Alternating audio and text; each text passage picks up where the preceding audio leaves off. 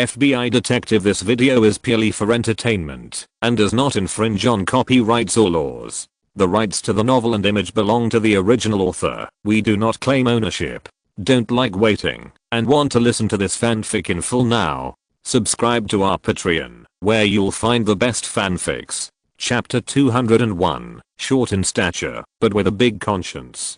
After receiving the report from Riyadh, Mona and Lassie smiled and said, "Good. That's good news." Roan, who was standing next to him, took a sip of coffee, looked up at Riyadh, and asked, "How did you and Lassie investigate today? Did you find any clues?" "Of course." Riyadh walked back to his workstation, handed a folder to Roan, and said, "We found that the 4 college students, Vinny, Nicole, Kiana, and Vinina, are not only from the business school of Alfred University in New York, but are also members of a political organization. The name of this political organization is New Era, and the slogans within the organization are to support feminism, oppose domestic violence, etc." Mona's eyes lit up. "Wow, it seems that they are all opponents of Senator Emanuel, the extreme conservative." "Not necessarily." Lassie shook her head. Based on her inquiries to the friends of Vinny and Nicole, the 2 boys, she learned that the 2 actually joined the organization just to pursue Kiana and Vinina. No one can say how much support the slogans of the organization have in their hearts. Mona's face darkened when she heard this, but Roan nodded.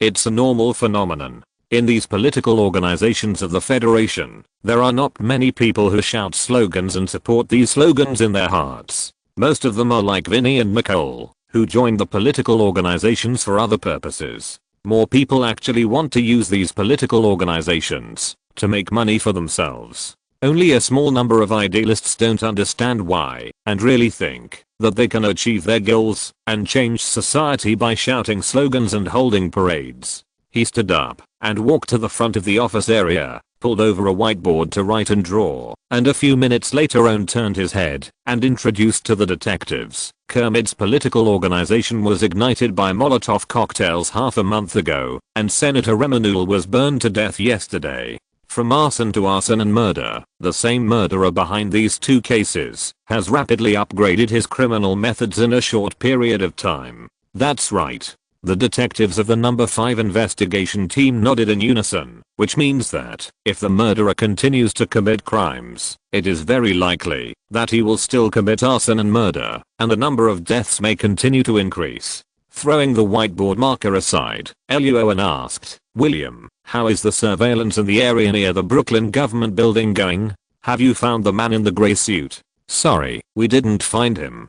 William shook his head, looking very unhappy, indicating that the man in the gray suit must have scouted the area beforehand and disappeared completely after leaving the back door of the building. "It's okay." Luo An's expression remained unchanged. He was mentally prepared. Lassie and Riyadh successfully discovered today that the 4 college students were members of a political organization. He thought for a moment and turned his gaze to Mona. "Mona, Kermit just said that after his political organization was burned, someone claimed responsibility for the incident. Have you found the information of that person?" "Found it." Mona nodded, showed the information in the computer to Roan, and said, "The other party's name is Anastasia. She was one of the editors of Cody newspaper. She has written several articles against Congressman Emanuel's political remarks. But not long ago, she went to jail for drunk driving. After she was released from prison, she left the Federation. Recently, she has been working for a newspaper in Europe." "Left the Federation?" Hearing this, Riyadh frowned, and Roan's expression also sank slightly. Lassie beside her thought for a moment, tilted her head and asked, "After Anastasia left Cody newspaper, did she join any other political organizations?" Mona tapped on the keyboard with her 10 fingers and shook her head after a moment. "I can't find it on the internet." "Then list the names of the people Anastasia had contact with after leaving Cody newspaper and investigate them one by one. How about that?" Lassie spread her hands and made a suggestion that made William and other technical agents' scalps tingle. "That's fine." Luo An lowered his head and thought for a long time, then nodded. "The current situation is very clear. The murderer of the 2 arson cases is the same person, and Anastasia has claimed responsibility for the previous case. She is very likely to be related to the murderer. It's just that Imitasia is now in Europe, and they can't go abroad to catch her back, so they can only investigate from the people she has contacted. No problem. Seeing Luo An's eyes on him, William and other technical agents, although their scalps were tingling, immediately nodded and agreed. Seeing several agents start typing away at their computers, Roan thought for a moment and added, "You can first investigate those who left Coddy's newspaper with Imitasia. They are all radicals, and are more likely to commit crimes." Okay. Several technical agents' eyes lit up when they heard this, and they all nodded in agreement. William also gave Roan a grateful look. The agents began to get busy, while Roan sat back in his chair and took a sip of coffee slowly, taking the itinerary record of Imitasia. After leaving Coddy's newspaper handed over by Mona, Roan began to turn around and check it slowly. After looking at it for a few minutes, Roan's cough paused, and he stopped turning around. Because he found that Imitasia was also a student at Alfred University. Before leaving Coddy's newspaper, she was invited by Alfred University to give a speech as a senior. After a moment of hesitation, Roan moved his chair to Lassie's side. Lassie, who was looking up information, was stunned. "What's wrong? What are the two beautiful girls you mentioned before doing now?" Hearing this, Lassie's face suddenly showed a rippling smile, then hurriedly shook her head and said, "It's important to handle the case now. Let's talk about this later." Rolling his eyes speechlessly, Luo An handed the information in his hand to Lassie, pointed to the place where he circled and explained to her, and finally said, "You said before that the two girls are students of Alfred University. So I want you to call them. We may be able to find some clues from them." Okay. Hearing Luo An's words, Lassie's face was a little embarrassed, and she put her hands together to express her apology to Luo An, then quickly took out her mobile phone and sent a message to the two girls. A few minutes later, Lassie's face changed slightly, and she looked up at Luo An. "I think we need to meet them."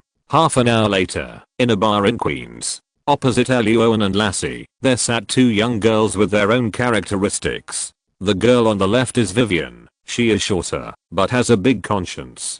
The girl on the right is Naomi. She has a smaller conscience but longer thighs.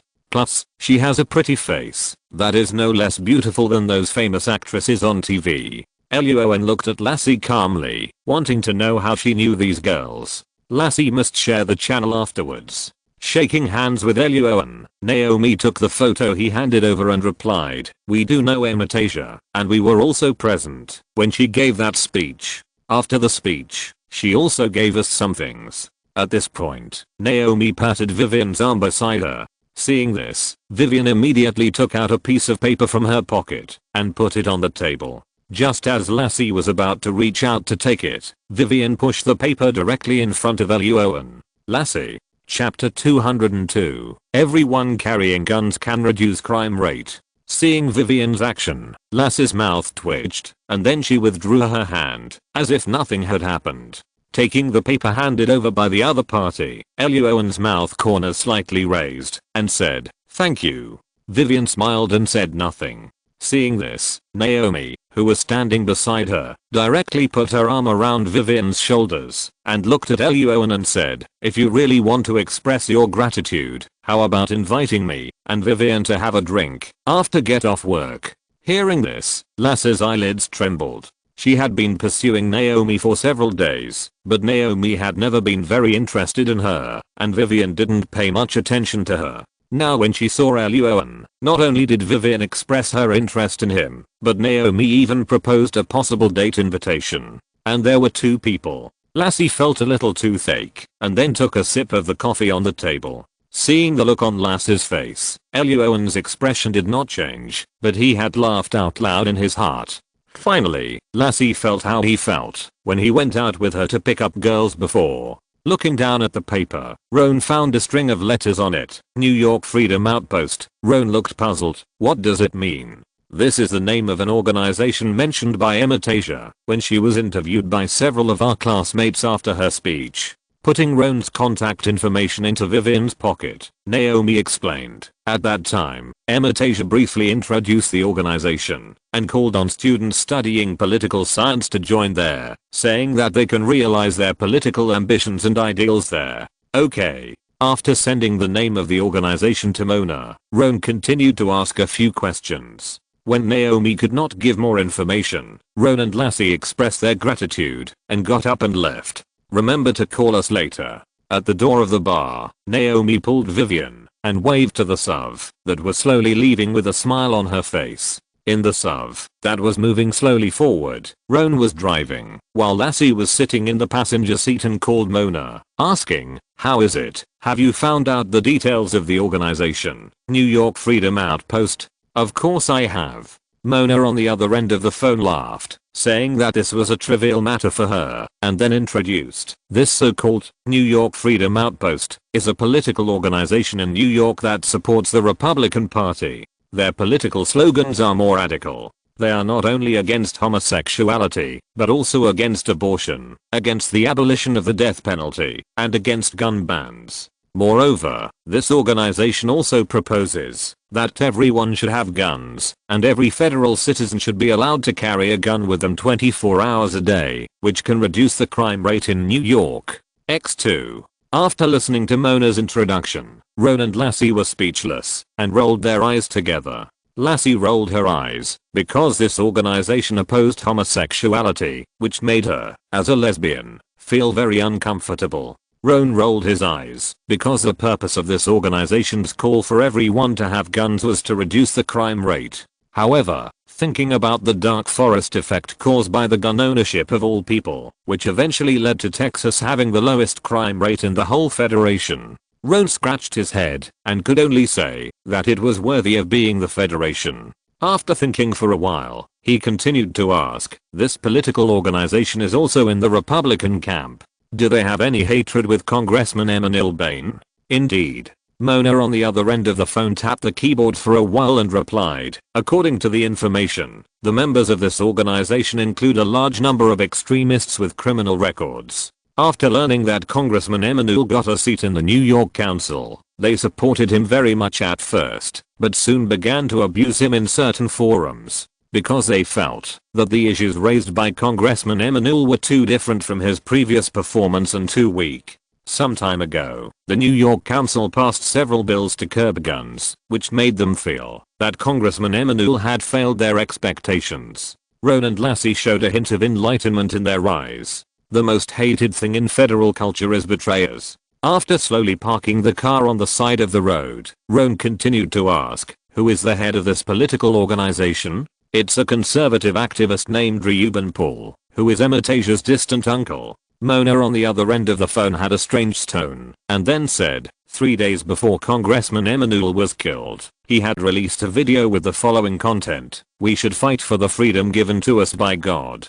Faith and weapons are indispensable to us. This is our power that cannot be exploited. Those who want to exploit our power are the enemies of the people, and the enemies of the people will definitely be eliminated." Wow, it's really tough. Lassie patted her arm and sighed, then turned to look at Roan. Roan didn't waste any words, started the sub again, and asked directly, "Where is this Reuben Paul now?" He's in the hospital." In a hospital in Queens, Reuben Paul was lying on the bed with a bandage wrapped around his chest and a pale face. According to information from the NYPD, 5 days ago, Reuben Paul was shot in front of a supermarket. There was no surveillance there, and the NYPD has not found the murderer yet. Upon learning the purpose of Roan and Lassie's visit, Reuben nodded while lying on the hospital bed. "Yes, I've heard about the case of Congressman Emmanuel being burned to death. It's not surprising at all." Lassie paused. "What do you mean? Did you know that Congressman Emmanuel would be attacked?" "No, I'm just stating a possibility." Reuben shook his head. "Congressman Emmanuel deceived his voters, and the patience of those patriots is limited." Roan threw his notebook aside and asked directly, "So, it was you who incited supporters in the organization to eliminate Congressman Emmanuel, right?" "No, Mr. Agent." Reuben shook his head repeatedly, indicating that this matter had nothing to do with him, and the words in his words were just rhetoric, and Roan could not frame him. Then he added, "Although I tend to be extremist, I oppose violence, and I'm even more disgusted with killing, because it will only backfire. So, no matter what you think, I'm not stupid, and I will never do something like killing." Hearing this, Lassie frowned, and Roan remained expressionless. He took out the information found by Mona and asked, "Since last year, people in your organization have been arrested for violating the law, and every time you send someone to bail them out." "Sorry, this is." Ryuban heard this, and continued to prepare a long speech. Roan was too lazy to continue talking nonsense with him and said directly, "According to federal law, if your supporters did this, you are suspected of inciting the other party. Believe me, if this is the case, I can definitely send you to jail." Cough cough cough. Hearing this, Ryuban coughed repeatedly. After a few seconds of silence, he said, "I really didn't do this, but there is a guy named Connor Trenner in the organization. He is a college student. He has said many times before that he wants to kill Emmanuel, the traitor. Of course, I have nothing to do with him." Glancing at Ryuban, Roan and Lassie immediately turned around and left the ward corridor. Roan pressed the communicator. "How is it, Mona? Did you hear the name?" "I heard it." There was a crackling sound from the other end of the phone, and then Mona said in a serious tone, "This Connor Trenner is very suspicious. If you're listening to this novel on a channel other than Fanfic World, it means they downloaded and uploaded it without effort. We cordially invite you to visit our channel, Mundo Fanfic Novelos. There you'll find the original version of this story and you can explore many other novels of various genres. We're waiting for you to immerse yourself in a world of incredible novels."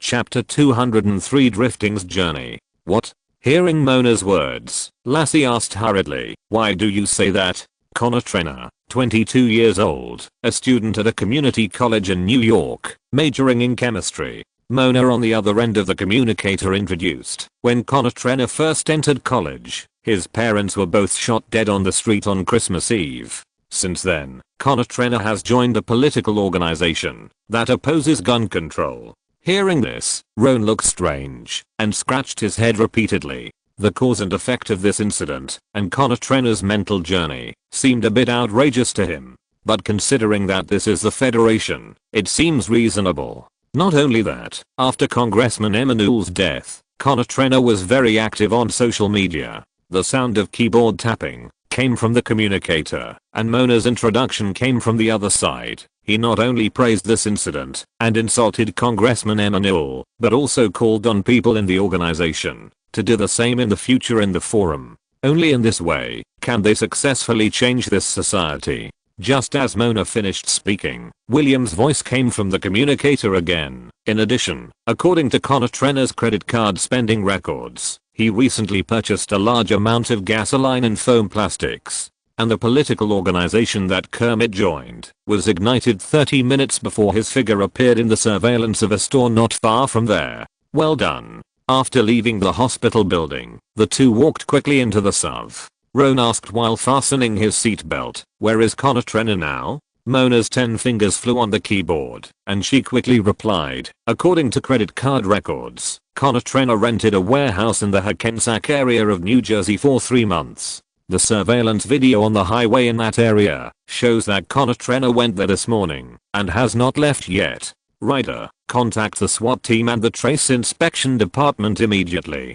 We will meet at the warehouse later." Roan heard this and immediately arranged loudly. In addition, the other agents of the number 5 investigation team will always pay attention to the area where the warehouse is located and the specific situation of Connor Trenner. "No problem." After the voice of the communicator fell, Ryder ordered and immediately rushed into the equipment warehouse. "Leave it to us." William and other technical agents also responded loudly and then began to type on the keyboard frantically. After Lassie fastened her seatbelt, Roan stepped on the accelerator to the bottom, and the SUV rushed out immediately. Forever Clean Warehouse in Hackensack, New Jersey. The dark troop carrier slowly stopped, and Ryder and a team of fully armed SWAT action team members, as well as 2 Trace Inspection Department agents quickly walked down. "That's pretty fast, Ryder." Roan smiled and walked up to Ryder and bumped fists with him. Lassie came over with a middle-aged white woman and introduced them. "This is Vanessa, the manager of this warehouse."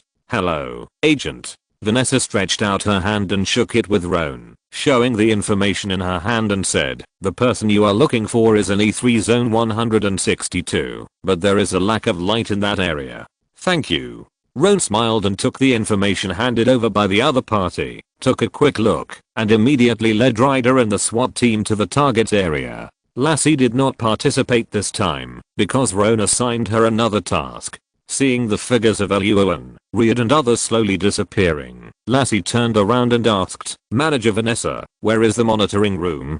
Can you see the scene of E3 area? The monitoring room is not far away. Please follow me." Hearing Luo Lassie's words, Vanessa immediately stretched out her hand and took her to the monitoring room not far away and explained, "Our monitoring covers all areas, and of course E3 area can also be seen." Very good. The two walked into the monitoring room, and at Vanessa's instruction, the security guard immediately called up the monitoring screen of E3 area. At this time, Luo An, Riyadh and the SWAT team members had arrived at that area and divided into two teams to block the left and right roads of container number 162. After confirming that everyone was ready, Luo An raised his left hand and counted down to 3, and then one of the SWAT team members immediately opened the door of the container, and Riyadh led the rest of the team members to file in immediately. "Don't move. Raise your hands. Put down what you have in your hands." The lights in the container were bright, and a white young man was sitting at a table busy. The sudden intrusion scared the white young man, and he subconsciously stood up and raised his hands. But when he saw the white words on the bodies of the SWAT team members, the white young man's face changed, and he suddenly remembered something, and immediately prepared to smash the object in his right hand to the ground. Seeing this, Riyadh, who was at the front, instantly raised his eyebrows and immediately stretched out his arms to control the other party in a grappling posture.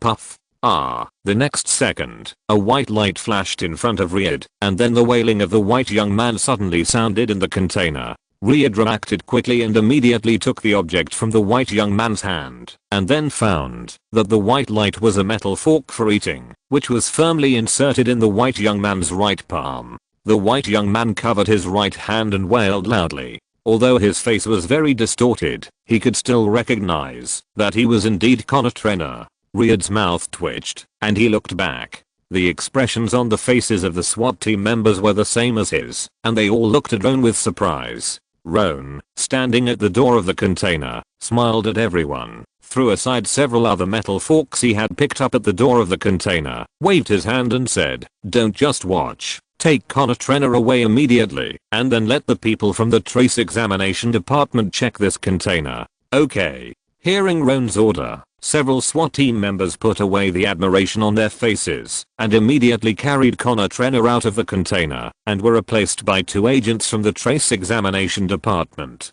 a standard Molotov cocktail production laboratory. 2 detectives from the trace examination department carefully checked the items in the container and after a long time said to Roan, "To put it simply, the production materials here and the completed Molotov cocktail production technology are 80% the same as the remaining Molotov cocktails at the 2 crime scenes. The specific results can only be determined after the trace examination department laboratory has thoroughly checked and compared them." Hearing this, Riyadh smiled. "So, Connor Trenner is the murderer of this arson and murder case?" "No, he's just the one who made the Molotov cocktail." Roan next to him shook his head, pointing to several completed Molotov cocktails on the ground in the remaining materials and said, "Judging from the remaining materials here, the other party should have made several more Molotov cocktails, but they are not here now. So Connor Trenner should have an accomplice." The smile on Riyadh's face froze, and just as he was about to say something, Lassie suddenly walked in from the door of the container. "You're right." Handing the laptop to Riyadh, Lassie said that Roan had asked her to check the surveillance just now, and indeed found something. In addition to Connor Trenner, there is another man in a hoodie, who always comes to this container and takes away several boxes from here. But the other party has been wearing a mask, and his face can't be seen clearly in the picture. Looking at the dark surveillance video in the computer, Riyadh frowned. Roan thought for a while and asked, "What about the surveillance outside the warehouse? Did you capture how the other party left here?" "This one did." Lassie nodded and called up another surveillance video, which showed a man in a hoodie opening a white car and driving away. "Let William investigate the license plate of this car." Stuffing the computer back into Riyadh's arms, Roan strode out of the container. Also, go back to investigation team number 5 and interrogate Connor Trenner. Chapter 204, Soldiers in the Interrogation Room. Investigation team number 5, office area. Roan sat on a chair, reading the information in his hand, while calmly drinking coffee. William, who was not far away, looked up and said, according to the investigation, the license plate of the car driven by the hoodie man is a fake one, and the car was also stolen. Mona, who was beside him, tapped the keyboard a few times and added, after the car left the warehouse area, it disappeared from the cameras on the road.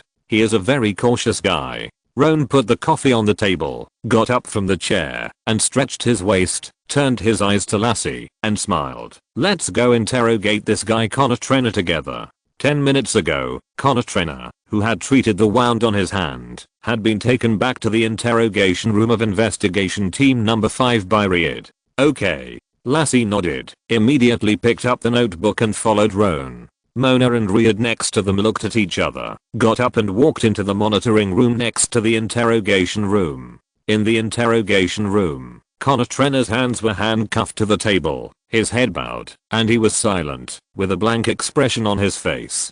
Good afternoon, Mr. Trenner.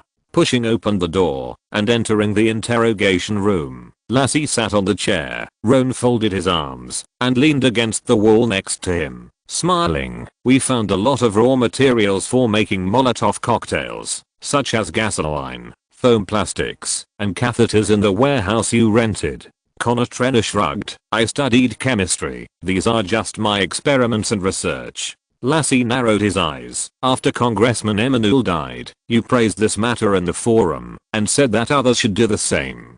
Connor Trenner still didn't care. It's just a complaint on the internet. What you say doesn't mean you really have to do it. Federal law supports freedom of speech. You must have thought about these statements for a long time before. Roan, who was leaning against the wall, chuckled, took the information from Lassie's hand, and said, we investigated your information. During college, you illegally invaded the offices of other political organizations many times, and used illegal means to disrupt social order during the march. These are all very low-level activities. But Trenner, you really did a big thing this time. Connor Trenner's expression remained unchanged. Sorry, I don't understand what you are saying. Let me explain this to you in advance, Trenner. Opening the folder and throwing it in front of Connor Trenner, Roan put away the smile on his face and said in a deep voice, it doesn't matter whether the fire was ignited by you or not. You are already in trouble. This is called risk sharing in federal law. If the Molotov cocktails that were taken away are used again and kill others, you will be held responsible. In addition, because you are the maker of the Molotov cocktails and refuse to cooperate after being arrested by us, your crime will only be more serious than that of your accomplice, and you will stay in prison longer than him. Connor Trenner's body froze when he heard this. After a few seconds of silence, he took a deep breath, raised his head, looked at Roan with a serious face and said, it is the noblest thing in the world for a soldier to die for a goal. Hearing this, Lassie in the interrogation room and Riyadh in the monitoring room looked gloomy. This was obviously a case of brainwashing. Mona next to Riyadh was also very nervous, but she saw that Roan's expression did not change, and the fist that was suddenly clenched slowly loosened again. Roan in the interrogation room snorted and asked, your accomplice told you this, right? Connor Trenner did not answer, but his eyes became more determined. It seems that's it. Roan nodded, and the other party's reaction was not much different from a direct admission. Then he continued, but you are not a soldier, Trenner. Connor Trenner's eyes flashed slightly. Seeing this, Roan narrowed his eyes and continued, also, your political goal is to oppose gun control, right? If you die, do you think this goal will be inherited by your accomplices? Connor Trenner was about to look up and speak, but Roan shook his head and pointed to the information in the folder and continued, impossible. He can't continue to support your goal. According to the amount of gasoline and foam plastic you purchased, you probably made about 70 bottles of Molotov cocktails. But the 2 crime scenes and the remaining Molotov cocktails in your warehouse added up to less than 23 bottles. So where did the rest go? They must have been sold by your accomplices for money. Impossible. Trenor's face flushed when he heard this. He absolutely couldn't do that. That's what he said, but Trenor's eyes rolled as he looked at the information in front of him, and he began to lick his cracked lips subconsciously. Trenor's sudden violent reaction scared Lassie. Ryder and Mona in the monitoring room were also a little surprised. Roan raised his eyebrows slightly, spread his hands, and asked with a smile, "Why not? You just handed the Molotov cocktail to the other party. Do you know how the other party used it?" Because. Trenor on the chair rolled his eyes and wanted to say something, but didn't know what to say. Seeing the other party's performance, Roan knew it was time, so he bent down, stared at Trenor, and said coldly, "That guy is older than you, right? He told you that it is the noblest thing for a soldier to die for the goal, so that you refuse to give us his name. When you enter the prison, he will take your money and live a carefree life outside the prison. When he thinks of you, he will probably laugh at you for taking the blame for him." Seeing the cold light in Roan's eyes, Trenor's face turned pale and the corners of his mouth trembled. Seeing this, Luo An lowered the coldness in his voice and whispered, "Connor, you are only 22 years old, and you still have a lot of life to live. Prison is definitely not a good place. You only have one chance to save yourself. Now, tell me, who is your accomplice?" The air in the interrogation room was extremely quiet. Lassie, who was sitting aside and watching the whole process clearly, did not dare to breathe.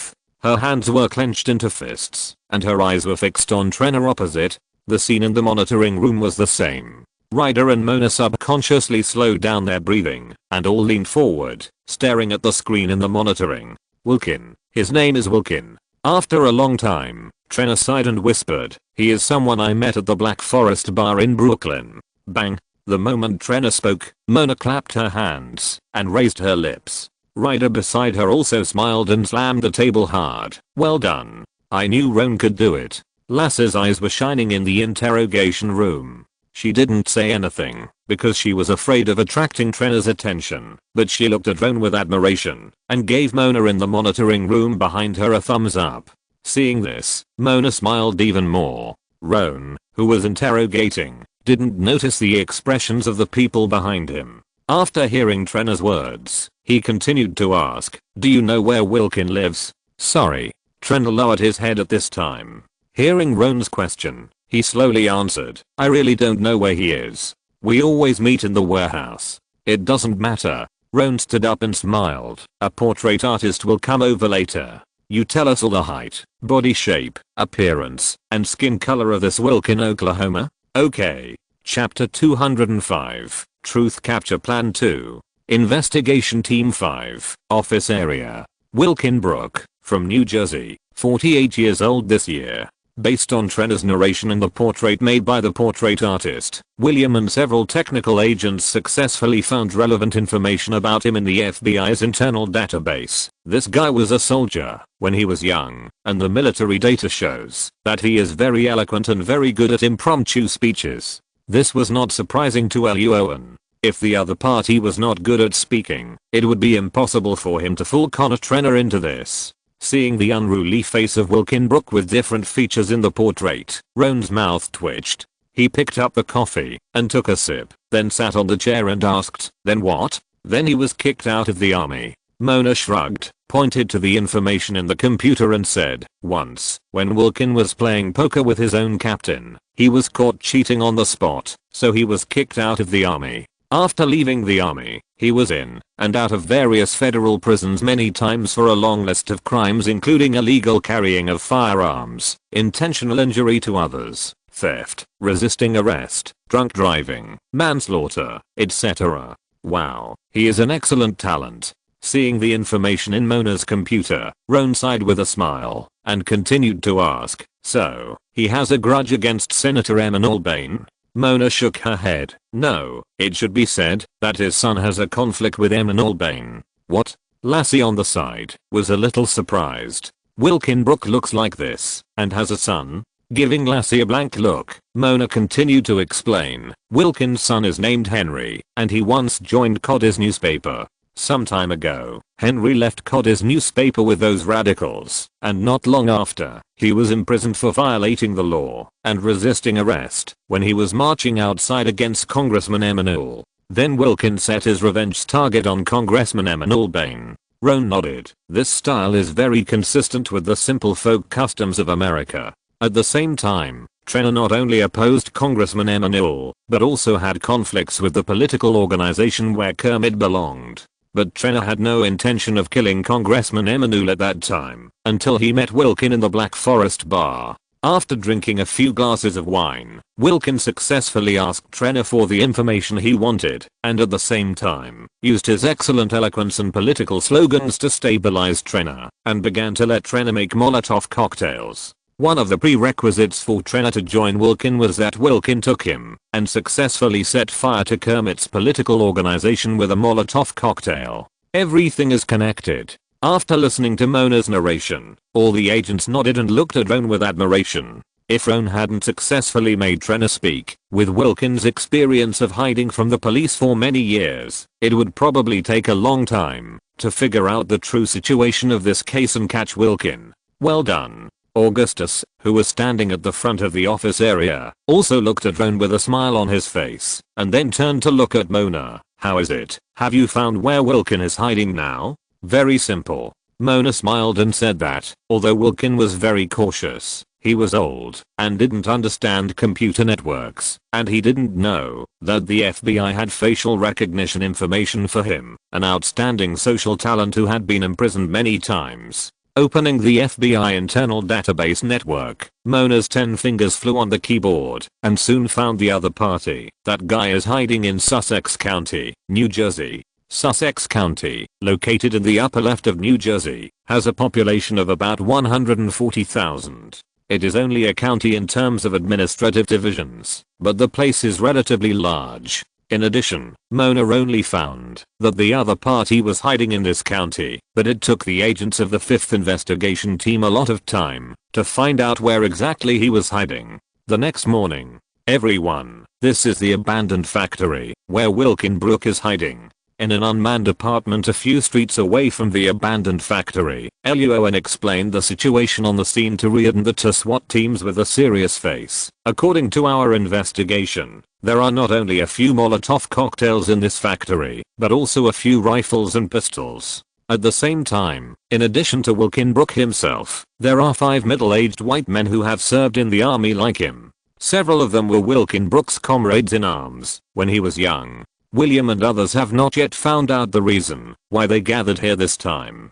After receiving the photos of several people from Luo An, the 2 SWAT teams quickly circulated them. After discussing the plan for this operation, everyone immediately left here and got on the car. Unlike the previous direct entry with plastic bombs, Luo An's action plan this time also contacted 2 New Jersey police officers and asked them to drive a tow truck to tow away Wilkin's newly bought car. If Wilkin found out and came out to stop him, then everyone could rush up and easily deal with the other party, and then slowly deal with the remaining few people. The 2 SWAT teams were ready at the designated location, and Luo An nodded. Action.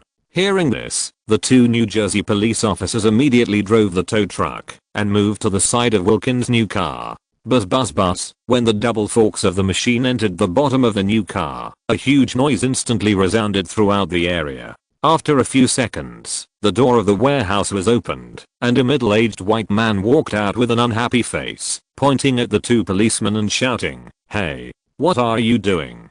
Seeing that it was not Wilkin Brook who came out, Ryder and the SWAT team members looked a little disappointed. However, Roan didn't care about this matter. Anyway, they still had a follow-up plan. Without hesitation, Roan immediately pressed the communicator. Plan number 2. Start the action. Received.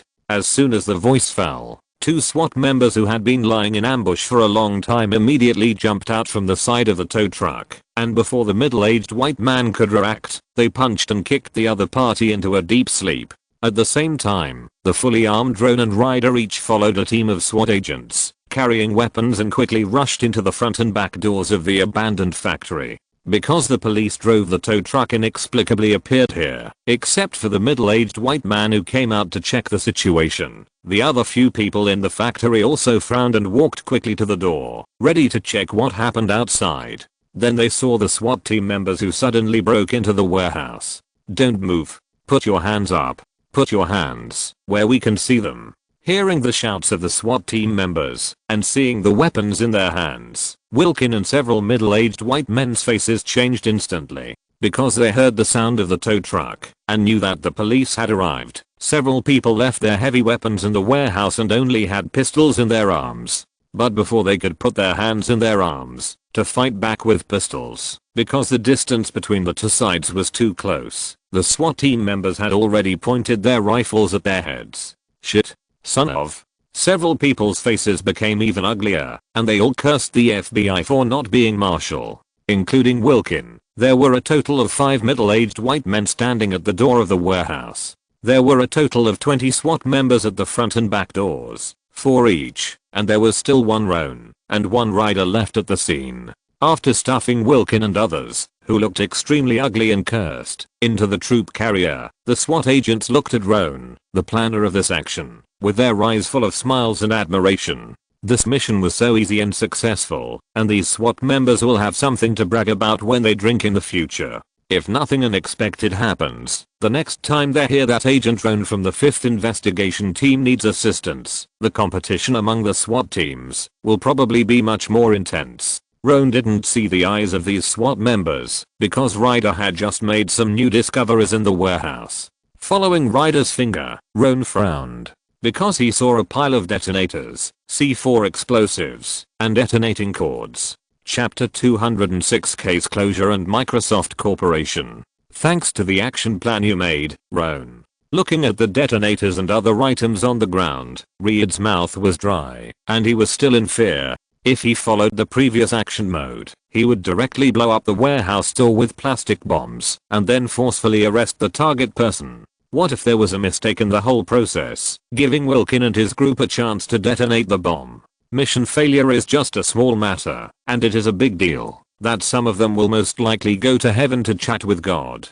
Several SWAT team members next to him also thought of this, and then they looked at Roan with more admiration. "I'll ask the trace examination department to deal with these things." Seeing the dry throats of Reed and several SWAT team members, Roan laughed and took out his mobile phone to call the trace examination department. Not long after, the agents of the trace examination department arrived here. During this period, Roan and Reed carefully checked the depths of the warehouse and found the floor plan of the bank and the bank's surveillance deployment information. Obviously, Wilkin Brook and his group were planning to rob a bank. Unfortunately, the bank targeted by this group of people was one of the 6 serial bank robberies. As the security consultant of the bank, Roan has helped them improve the security facilities and monitoring facilities. But Wilkin Brook and his team didn't know this. The monitoring recorded in their drawings were all surveillance cameras that Roan deliberately placed in the open. If Wilkin Brook really robbed that bank with the robbery plan they had made now.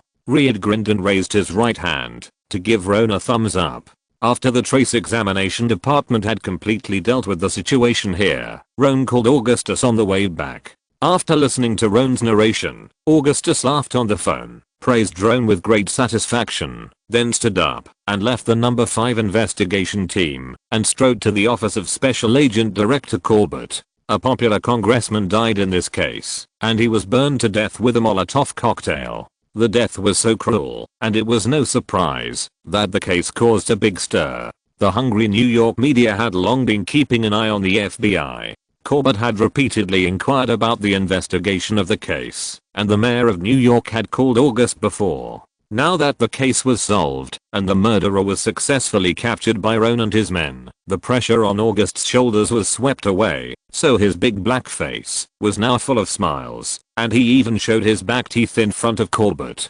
"Corbett. Investigation Team Number 5, office area." Roan pushed open the door and walked in, which immediately caused a commotion. They all heard from William, who was the most well informed, that Roan made a plan this time and led the SWAT team to successfully capture the target person without firing a shot. Although this is not the first time in the history of the FBI's operations, it is also a rare record. everyone." William raised the coffee cup on his table and shouted with a smile on his face, "A toast to our Agent Roan Greenwood." Hearing this, Lassie and several technical agents laughed and raised the coffee cups on their tables together. Ha ha ha. A toast to Agent Roan. Taking the coffee cup from Mona with a smile on his face, Roan raised it to the agents and took a sip, saying with a smile, "William, I like the speed at which you get information. So next time you hear about this kind of thing, how about replacing the coffee of our investigation team number 5 with beer?" Laughter suddenly came from the office area of investigation team number 5. William still had a smile on his face, but waved his hands repeatedly. "Forget it, Augustus might kill me." Reed next to him laughed when he heard this. "William, you haven't tried it. What if Augustus also likes this way of celebration?" Hearing this, William couldn't help but roll his eyes, and a happy atmosphere suddenly came from investigation team number 5. Augustus hadn't come back yet, and without anyone urging them, the agents of investigation team 5 began to chatter, some of whom teased Roan. Roan didn't care, because he wasn't a sensitive person, and that was how the Federals expressed humor, so he got used to it. After getting used to it, Roan also learned to tease the other party back. More than 2 hours later, Augustus returned to investigation team 5 with a happy face and praised Roan for a long time again, and then asked the agents to start handling the follow-up of the case. This time, Lassie and Mona were in charge of the interrogation of Wilkinbrook. After all, the witness Connor Trainer was in their hands, and the several Molotov cocktails as physical evidence were also found in the warehouse at the same time as the rifle. With all the witnesses and physical evidence, the interrogation was just a process, and Roan didn't need to take action. So as usual, the agents of investigation team 5 handled the documents that needed to be handled, and wrote the reports that needed to be written, and everyone began to work with their heads down. Only Luo An sat in a chair, fiddling with his computer, and chatting with a group of people in a certain online forum. Saturday and Sunday were temporary overtime days. At the end of today's get-off work day, Augustus loudly announced that the overtime pay would be paid out together with the wages of all detectives next week. William and others applauded with a smile on their faces when they heard the news, but they were not particularly happy deep down. After all, they were all native federal people. Although overtime work was paid, they still preferred to rest with their families on weekends. Mona and Luo An were very happy to hear the news. There is no need to say more about the reason why Luo An was happy. The reason why Mona was happy was that she was still poor and the overtime pay could relieve her pressure. The next day, Tuesday, others continued to work on time, and Luo An called Augustus to ask for leave, and then drove slowly to Wall Street. In the eyes of the rich people in the federal government, the US dollar would only depreciate if it was kept in their hands, so the best way was to invest it and let the money make money. It's just that investment is risky. No one can tell whether the money thrown out is profitable or lost. So the profession of stockbrokers on Wall Street came into being. They will help these rich people distinguish stocks and help them make money. But Luo An doesn't need a stockbroker to help.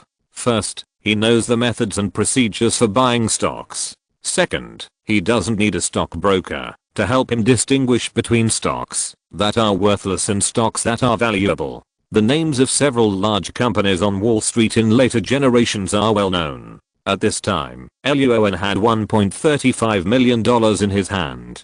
After thinking for a moment, he spent another $1.2 million to buy stocks. In line with the idea that eggs cannot be put in the same basket, this time Luo An did not buy Apple stock, but another large company, Microsoft. At this time, the stock price of Microsoft in 2005 has been fluctuating between $15 and $25.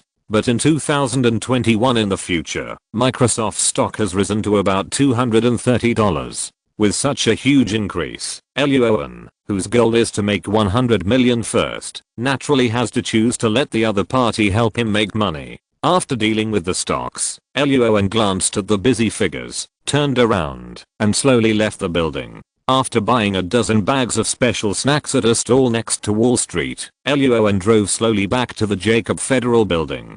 "Good afternoon, guys." Pushing open the door of the number 5 investigation team's office area, Luo An said loudly, "I brought you some snacks. Chapter 207. Please go to your browser for details. Lassie stood up and took out a Mexican-style spicy tortilla from her pocket. Thank you, this is my favorite. Wow, I didn't expect you to have such a strong taste. Roan teased Lassie casually, then took out a portion of Mona's favorite steak, egg, and cheese boat, and handed it to Mona, and finally handed the pocket to Ryder, asking him to distribute it to the other agents. Ryder took the pocket and saw that there was also his favorite curry chicken pancake in the pocket, and he grinned immediately. Soon, the snacks in the package were distributed, and the office area of the 5th investigation team was filled with the aroma of food. Of course, Roan did not forget Augustus. After chatting with Mona for a while, he stood up and walked into the team leader's office with a super thick beef burger. Thank you. Taking the food from Roan, Augustus's big black face was full of smiles. By the way, Roan, you came at the right time. But Augustus did not rush to bite the burger, but handed 2 folders to Roan. Sitting on the chair and opening the folder, as he expected, inside was the bonus for the 5th investigation team this weekend, as well as the certificate for Roan's own bonus doubling. The others received a bonus of $1,500 each, and Roan received a bonus of $3,000. Thank you, sir. Roan laughed, because after buying stocks, he only had a mere $150,000 in his hand, which made him, who had always lacked a sense of security, feel very uncomfortable. You're welcome. Augustus took a big bite of the hamburger, waved his hand, and then asked vaguely about the details of several cases. He quickly wiped his hands and said, Roan, you handled this case very well. When I went to the special agent's office yesterday, Corbett was also very happy and praised you loudly. Seeing Augustus finish the thick hamburger that was bigger than his face in a few bites, Roan's eyes showed a look of surprise. However, after hearing Augustus' words, Roan still smiled and answered him a few words. The two chatted briefly for a while, and Roan got up and left the team leader's office. Returning to his seat, Luo An pressed the power button on his computer. While waiting for the screen to slowly turn around, he opened the system page in his mind. The system still rated Luo An as excellent. After a rough treasure chest opening animation, 4 bottles of potions appeared. Seeing the names of these 4 bottles of potions, Luo An raised his eyebrows, because these 4 bottles of potions were not the physical potions or strength potions that had been opened in the past few days. Instead, they were the sensitive potions, danger sense potions, and sleep potions that had not appeared for a long time. In addition, there is a bottle of tracking potion that Luo An has never seen before, which is the first time that the system treasure chest has opened. At this time, in the system warehouse column in Luo An's mind, there are Hemastasis Potion X4, Stamina Potion X2, Antidotes Potion X2, Strength Potion X1, Sensitivity Potion X1, Sleep Potion X1, Danger Sense Potion X1, Feather Fall Potion X1, Tracking Potion X1, Weakness Potion X1, Aqualung Potion X1, Pain Relief Potion X1. In addition, there are a $50 bill and a $100 bill at the system opened a few days ago. Looking at this new bottle of potion in his mind, Luo An frowned slightly. As time passed, Luo An discovered that there are 2 types of potions that came out of the system treasure chest. One of them is Stamina Potion, Strength Potion, which will immediately burst out when you drink it, and most of the abilities will disappear after a period of time, but a small part of the abilities will remain in Luo An's body forever. The other kind is a one-time potion called Featherfall Potion, or Fire Resistance Potion. It bursts out when you drink it, and its ability disappears completely after a period of time. So, is this tracking potion a one-time potion, or is a small part of it left permanently? Luo An's eyes were empty, and he was thinking quietly. At this moment, Mona, who had finally finished eating the steak, egg, and cheese boat, wiped her hands and turned to come over. Luo An, can you do me a favor? HMM.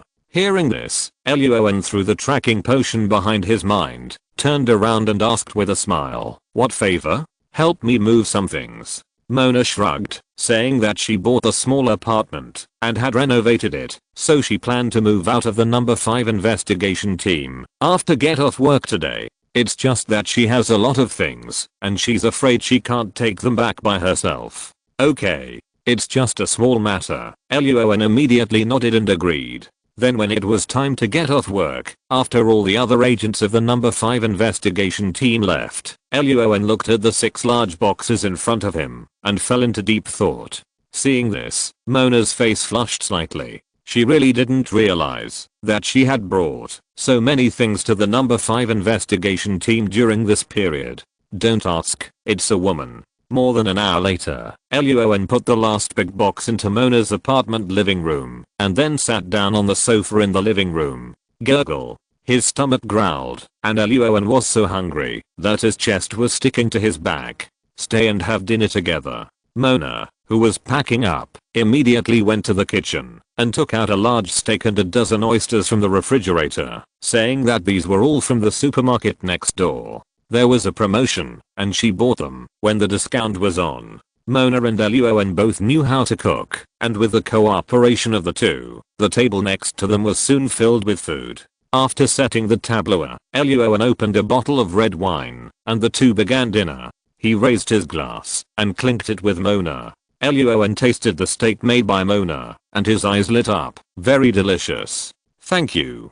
Mona put down the glass and smiled. This is the method my mother taught me to make. Your mother? After swallowing the food in his mouth, Luo An hesitated for a moment and tentatively asked about Mona's family situation. Luo An knew that Mona's father worked in the CIA and held a high position, but as for her mother, Luo An only knew that when Mona filled out the information, she wrote that her mother had passed away. My mother. Hearing Luo An's question, Mona bit the steak in her mouth hard, and her eyes turned red under the influence of alcohol. After a long silence, Mona calmed down her emotions and whispered, my father was a CIA when he was young. He was away from home all year round and only transferred money to my mother's bank card. I have no memory of him since I was a child. Later, my mother was hospitalized for cancer, and he didn't come back to see her until she died. It was not until I went to college that he showed up one night to meet me and gave me a bank card and a phone number. After listening to Mona's narration, Luo An took out a piece of paper and handed it to her. Sorry, no need to apologize. Mona shook her head and drank the red wine on the table. Soon, the two finished their dinner, and the afterglow of the sunset shone into the room through the glass, rendering the entire living room and kitchen golden. Mona stood in front of the window and looked into the distance. After cleaning up the dishes, Luo An walked behind her and hugged her in his arms. Mona just struggled slightly. A moment later, the sun set, and Luo An bent down and kissed her. Please move your browser for specific content. Good times are always short. The next morning, Luo An slowly opened his eyes. Seeing Mona eating Luo's delicate body, Luo An smiled and kissed her on the face, then got up and made breakfast. I exercised for a long time last night, and the steaks had been digested. I walked back to the bedroom with breakfast to wake up Mona. Luo An reached out and played with her for a while she was getting dressed, causing Mona to scream. More than half an hour later, Luo An drove with Mona to the number 5 investigation team. Chapter 208 Mona's Hidden Object. From Wednesday to Friday, the 5th investigation team has been dealing with the follow-up of the previous cases, and no new cases have been handed over to them. In this case, Luo An naturally became the person who did nothing and slacked off every day. During these 3 days, Luo An and Mona stayed together after get off work every day and started playing games after dinner. On Friday night, while playing games, Luo An accidentally discovered Mona's hidden things, toys. Luo An didn't think much about Mona hiding toys. This is the Federation, and the other party is a native Federation woman, and she is also an adult woman who has been single for a long time. It is normal for her to relax and help herself relieve stress. But Mona is a little thin-skinned after all, so the moment the toy was discovered, Luo An's eardrum was almost shattered by her. Luo An, who reacted, hurriedly coaxed Mona for a long time, and successfully lied to Mona to agree to Luo An's suggestion to use toys to play games together in the next game. Then the next Saturday morning, Luo An was kicked off the bed and driven out of the bedroom by Mona. The reason was that Luo An had taken physical strength potion many times, and his physical fitness had improved, so he could play games for a long time every time. In addition, the design of the toys was to help the toy users relax to the greatest extent. While doing both, the big bed in the bedroom was directly soaked in water. Luo An, who was kicked out of the bedroom early in the morning, didn't care. After a simple wash, he went into the kitchen again to make breakfast. This has been the case for the past 3 days. Mona is responsible for dinner and Luo An is responsible for breakfast. Dang. Dang. Dang. Luo An knocked on the bedroom door with the prepared breakfast and said loudly, "Breakfast is ready, Mona. Open the door." No. In the bedroom, Mona looked at the sheets that were completely unsleeping, and her face flushed. If she hadn't been sore all over last night and had no strength, she would never sleep on this big bed for a night. Hearing that Luo An had prepared breakfast and asked her to open the door, Mona's face was even more ashamed and angry. These days, every time she got up and dressed in the morning, Luo An was dirty, but he had to give up the idea of continuing the war just because he had to go to work. But today is Saturday, and men are most energetic in the morning. Mona, who feels that her body has not recovered yet, will not let Luo An in no matter what. "Okay, then I'll put breakfast on the table." Luo An, who was outside the bedroom, had actually guessed Mona's thoughts. He still understood the principle that too much is as bad as too little.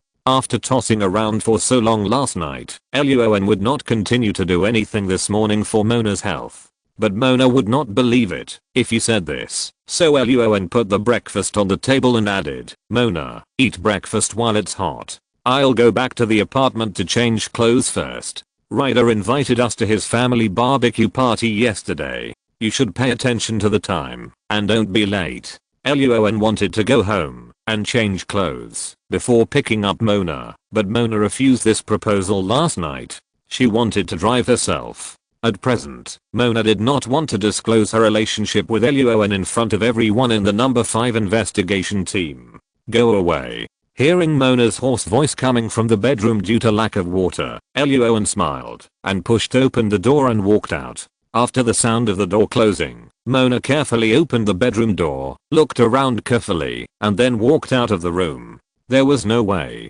The last time Mona was taking a shower, Luo An also said that he was leaving, and then she just opened the door and Luo An rushed in. When it comes to work or daily life, Luo An is serious, and Mona trusts Luo An very much. But at some point, Mona found that she couldn't believe 11 out of 10 words Luo An said.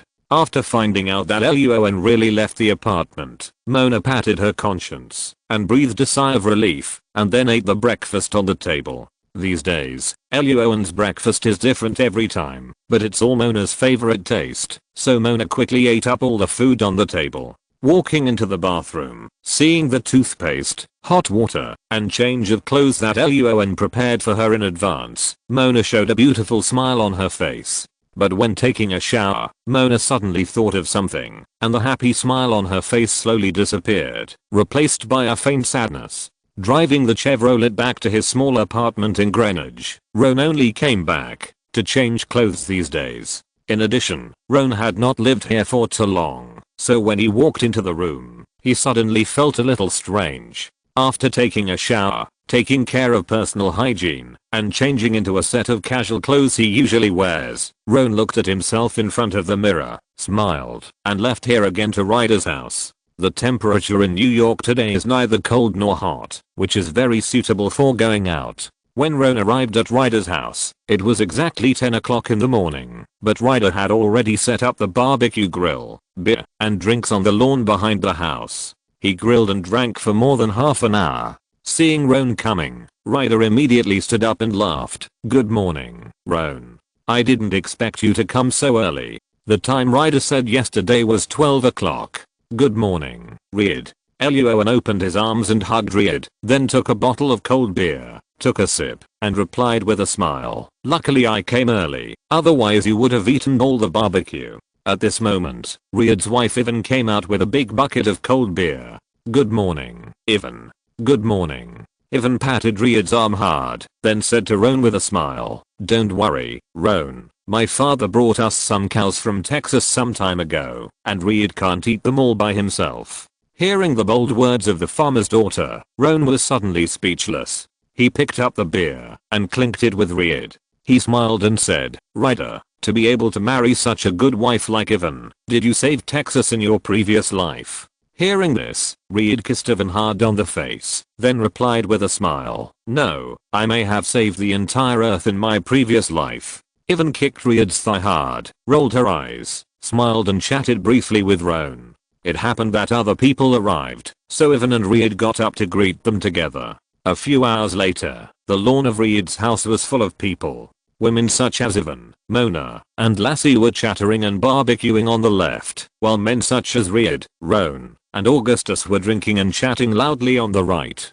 There were also some children playing in the crowd, and the atmosphere was very lively. After a while, Roan put down the beer in his hand and was about to take a piece of barbecue to fill his stomach. Augustus suddenly came over, patted Roan on the shoulder, and took him to the corner of the lawn. Roan looked puzzled. "What's wrong, sir?" Augustus raised his mobile phone, his face serious, and whispered, "I just received a message. Special Agent in Charge Corbett will be transferred to the Washington headquarters next Monday." "What?"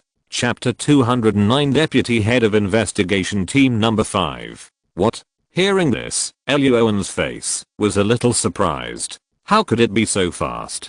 But before Luo asked the reason behind it, Augustus continued to add in a low voice, "Verines has almost recovered. I just asked, and she will be discharged tomorrow." Hearing this, Luo's eyes lit up immediately. Seeing Augustus's big black face and raised eyebrows, Luo's face also showed a smile, and hurriedly picked up the bottle and clinked it with Augustus. "Thank you for the news, sir." "Don't thank me, this is what you earned through your own efforts." Patting Luo's shoulder, Augustus picked up the bottle and clinked it with him. After raising his head and taking a big sip, the two looked at each other and laughed out loud. On Sunday, Luo and Augustus went to the hospital where Verines was. While visiting her, they helped her pack some things when she was discharged from the hospital. Early on Monday morning, Augustus received a notice to go upstairs for a meeting. 5 hours later, William, who was the most well-informed, was the first to get the news that the top leader of their FBI New York branch, Crime, Network, Response, and Service Department, Criminal Investigation Department, Special Agent in Charge Corbett, was transferred to the Washington headquarters. The person who took over the position of Special Agent in Charge was a woman named Verines. The moment they heard the news, the various departments of the FBI New York branch suddenly became noisy. After all, it was 2005 now. Because there was no political correctness, there were not many female leaders in the federal government, not to mention the FBI, which was completely led by men, and occupied the majority of law enforcement departments. The ordinary agents at the bottom were very surprised by this, while some of the more well-informed leaders above understood the reason why Verines was able to succeed. In addition to Verines having a big boss behind her, another important reason was that her number 5 investigation team and the agent named Roan Greenwood in the number 5 investigation team continued to solve cases, pushing Verines up. The current case solving rate of the number 5 investigation team is not 100%, and it is impossible to become 100% in the future. Because before Luo was transferred here, the 5th investigation team had taken on several cases, but none of them were solved, and finally had to be handed over to other investigation teams. So at that time, the case solving rate of the 5th investigation team was 0%, which was directly the last of the 13 investigation teams. But since Luo joined the 5th investigation team, the case solving rate here has begun to rise sharply, rapidly approaching 100%. When Verines successfully took office as the special agent in charge, she delivered her inaugural speech and began to announce new orders. One of them was to promote Agent Luo Greenwood to the deputy head of the 5th investigation team. The leaders looked at each other, and no one raised any opinions or objections. In addition to the fact that Verines took office with 3 fires, another reason was that Luo Greenwood deserved the title. Verines' 2 opponents also had some feelings. If she didn't have Luo Greenwood, or Luo Greenwood was under her, they might be able to replace Verines as the special agent in charge. When the agents of the number 5 investigation team heard from Augustus that Luo An had been promoted to deputy team leader, they were stunned at first, and then they all applauded. Great. Congratulations. Luo An. No, we'll call Luo An deputy team leader from now on. The agents cheered loudly, with Mona's eyes showing the most joy, and Lassie clapping the hardest. While Ryder was clapping, he had some emotion on his face. Luo An became deputy team leader at the age of 25. Am I too old? Lassie, who was 35 years old, heard this and twitched her mouth, and slapped Ryder's arm hard. Although he had been prepared in his heart, when the appointment was actually issued, and the document was handed over to him by Augustus, Luo An couldn't help but smile. After all, after becoming the deputy team leader, his salary increased from 3,000 to 4,000. This was the reason why he was most happy. After playing with the agents for a while, Roan walked into the team leader's office and asked, "Sir, Verines has been promoted to special agent supervisor, so who is our new team leader?" Augustus laughed, took a sip of the coffee on the table, and replied, "It's the former number 2 investigation team leader, Herr Horst." There are 2 reasons why Augustus failed to get promoted. The first is that he was transferred from another department to the number 5 investigation team leader too shortly, and the second is that he is too old. Among them, being too old is the most important reason, even if Roan quickly improves the case solving rate of the number 5 investigation team. Hurl is my old friend. I talked to him for a while after the meeting just now. Putting the coffee cup on the table, Augustus looked at Roan and laughed. You can handle the cases you want in the future. He will not interfere with the work of our number 5 investigation team. On the surface, the number 5 investigation team is under the jurisdiction of the newly promoted Herr Horst team leader, but now everyone knows that Roan Greenwood is Verines' man. Moreover, Herr Horst was able to be promoted to the team leader because of his years of experience, not because of someone behind him or other reasons. If nothing unexpected happens, Herr's highest position until retirement will only be the team leader, and he will not be promoted again. So when facing Luo An, who became the deputy team leader of the investigation team at the age of 25 and has Verines' protection, it is clear that he will continue to develop to the top in the future. Although Herr will not bend over to curry favor with Luo An, he will definitely not trip him up. Cooperation and win-win are the kingy way. And based on Herr's many years of experience, Augustus's position as the team leader is probably the next step Verines prepared for Luo An. Hearing Augustus' words, Luo An immediately smiled, and after the two chatted briefly for a while, Luo An got up and left the office. After chatting with Mona and others, Luo An left the office area of the 5th investigation team and went to the office of Verines, the special agent director. When Luo An arrived here, Verines was sitting behind her desk, lowering her head to deal with the documents on the table that were twice as high as her head. Dang, come in. Verines' words were still brief and efficient. After entering the office and closing the door, Luo An chuckled. Congratulations, sir. Looking up and seeing that it was Luo An, Verines' expressionless face slowly showed a smile, pointing to the sofa beside him. Sit down. Thank you, sir. Sitting on the sofa, Luo An raised his eyebrows because Verines not only got up from the chair and walked to the sofa, but also poured him a cup of coffee. Thank you, sir. Taking the coffee, Luo An took a sip, and his eyes lit up immediately. It tasted better than the new coffee of the number 5 investigation team. Seeing the light in Luo An's eyes, Verines' mouth corners slightly raised. When you leave later, you can take some of the coffee beans here. They are of good quality. Thank you, sir. Luo An chuckled and agreed. Verines looked at Luo An with more and more satisfaction. After thinking for a while, she handed Luo An a folder. As Luo An expected, it contained his level promotion notice in the Columbus Foundation. Wow. Luo An's smile got wider. Just as he was about to look up and speak, there was a sudden knock on the office door. Without waiting for Verines to speak, the office door was opened directly, and the visitor said anxiously, "Sir, NYPD just called us and said that the body of a senior FBI agent was found." Hearing this, the faces of the two people in the office suddenly changed, and Verines immediately stood up. Who is this agent? What's his name? Which department is he from?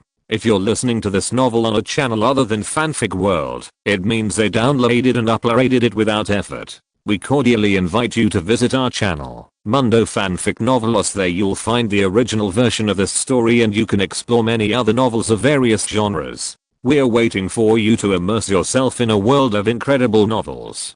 Chapter 210, Former Number 5 Investigation Team Female Detective Shot to Death.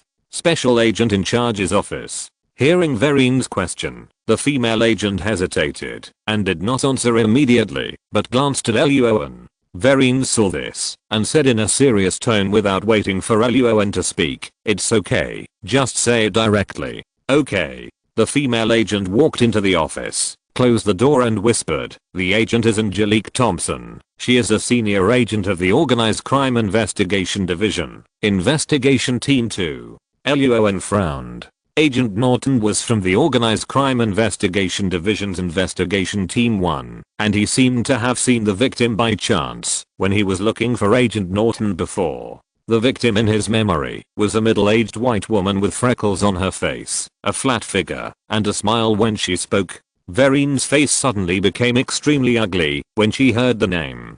Luo An looked puzzled, and Verine whispered in Luo An's ear, "Angelique Thompson was a senior agent of the former Number 5 Investigation Team." Luo An's pupils shrank when he heard that Angelique Thompson had such an identity.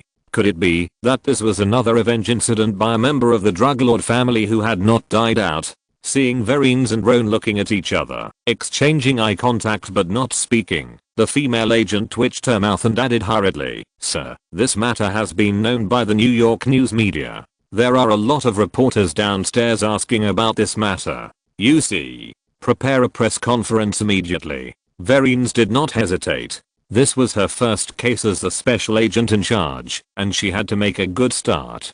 So after the female agent quickly left the office, Verine immediately turned to look at Roan. "Roan, this case will be handed over to your investigation team number 5. "No problem." Roan guessed what Verine was thinking. It is no exaggeration to say that investigation team number 5 is the number 1 general under Verine's. Seeing Luo An nod in agreement, Verine breathed a sigh of relief, and the corners of her mouth slightly raised. Then she added with a serious face, "Luo An, if you encounter difficulties during the investigation of the case, or if other departments do not cooperate, remember to contact me immediately." Verine is not particularly good at solving cases, but she will never stand idly by, and will not be soft-hearted when it comes to helping Luo An clear obstacles.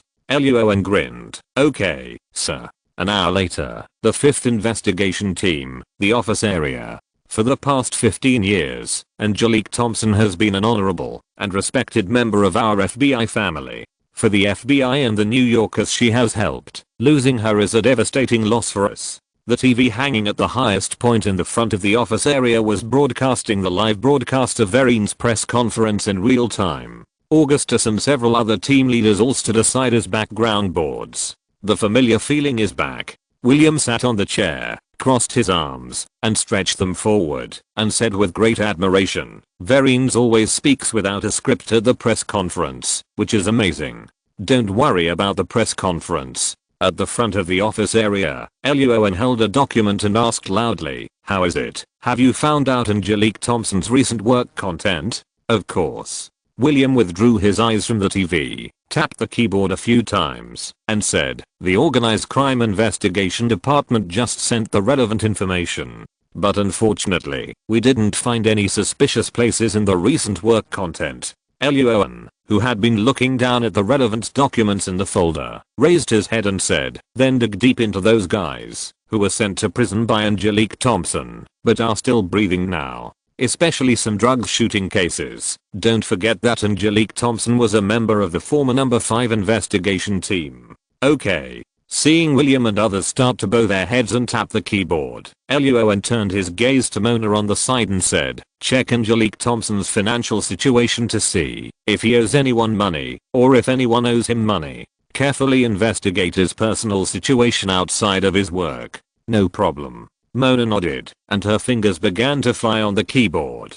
At this moment, Lassie pushed open the door of the office area of investigation team number 5 and said, Angelique Thompson's body has been transported back to the trace examination department. Hearing this, Luo An immediately threw the folder in his hand and quickly walked out of investigation team number 5. Let's go check the body now. Trace examination department, autopsy room. Angelique Thompson's wallet, watch, cash, etc. are all there and have not been taken away. The cause of death is that she was shot 5 times in the chest, and the time of death is about 11 o'clock last night. Forensic Dr. Morp put his hands on his hips, pointed to the body on the morgue and said, there are shallow burn marks on the chest, which means that the murderer was very close to him when he used the weapon. Then it doesn't look like a sudden robbery. Lassie frowned. You mean, the murderer is very likely an acquaintance of Angelique? Next to him was Roan, who was resting his chin on his hand and analyzing. Even if they are not acquaintances, Angelique is very likely to know the other person, and may even have had the experience of talking to the other person. That's right. Forensic Dr. Morp laughed and asked, you are Deputy Team Leader Greenwood, right? Just call me Roan. Roan stretched out his hand and shook hands with the other party with a smile. Forensic Dr. Morp is in his 50s and has worked in the FBI for more than 30 years. He is a respectable senior. Forensic Dr. Morp chuckled and took back his hand. Such a young deputy team leader is very rare. He has worked in the FBI for so many years and has only seen one when he was young. Luo An is the second one he has seen.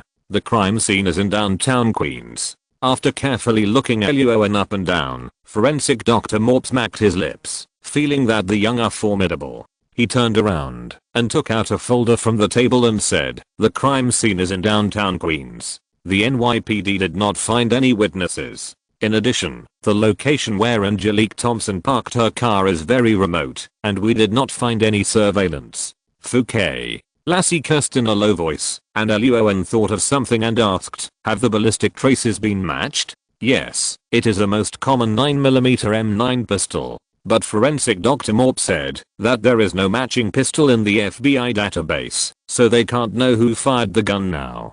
Luo An nodded when he heard this. What a cautious guy. At this moment, there was a sudden loud quarrel outside the morgue. Lassie listened carefully to the sound. Her face changed, and she hurriedly opened the door and walked out, explaining, it's Angelique's husband. He's also from the FBI. Luo An hurriedly followed Lassie out. At this time, a middle-aged white man who looked like a huge white meatball was fighting with a group of agents from the trace examination department, and he shouted angrily with his face full of anger, at *%#. Let me through.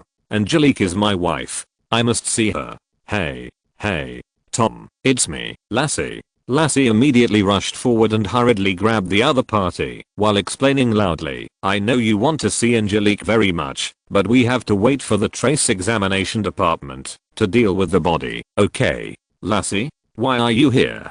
Tom, who had been struggling violently, was stunned when he saw Lassie appear here, and then hurriedly reached out and grabbed Lassie's arm, his face full of anxiety. I remember you were working for the 5th investigation team, right? Where's Deputy Team Leader Owen Greenwood, the crime expert? Is he in charge of this case? The following chapter was reviewed. Alas, it was approved at 2030, so embarrassing. I must pay more attention to it in the future. Sorry T.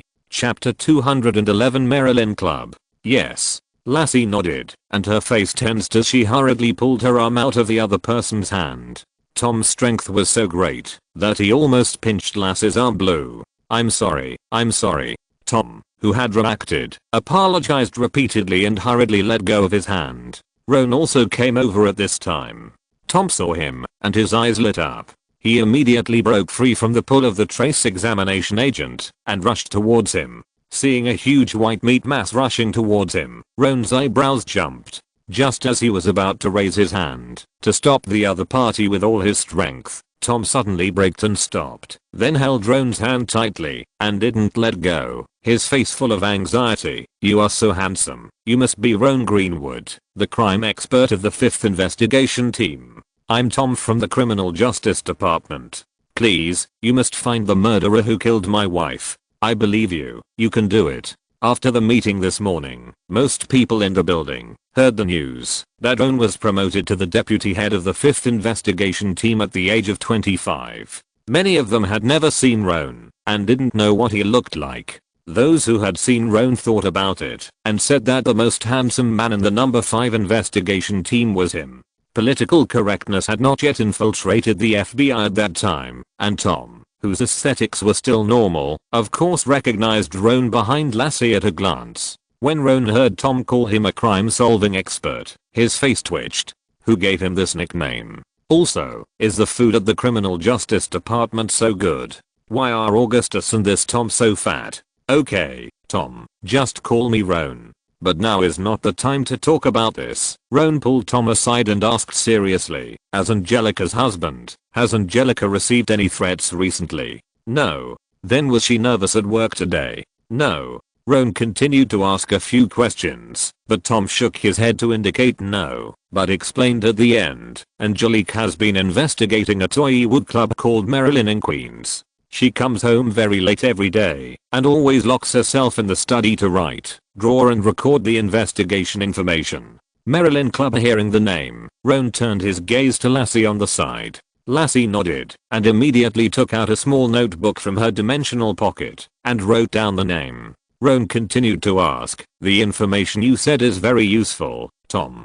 But can you give us the files that Angelique recorded? There may be important information to find the murderer in them. No problem. Hearing this, Tom nodded repeatedly, shook Roan's hand again, and said a lot of requests to him to solve the case, and he would thank him in the future.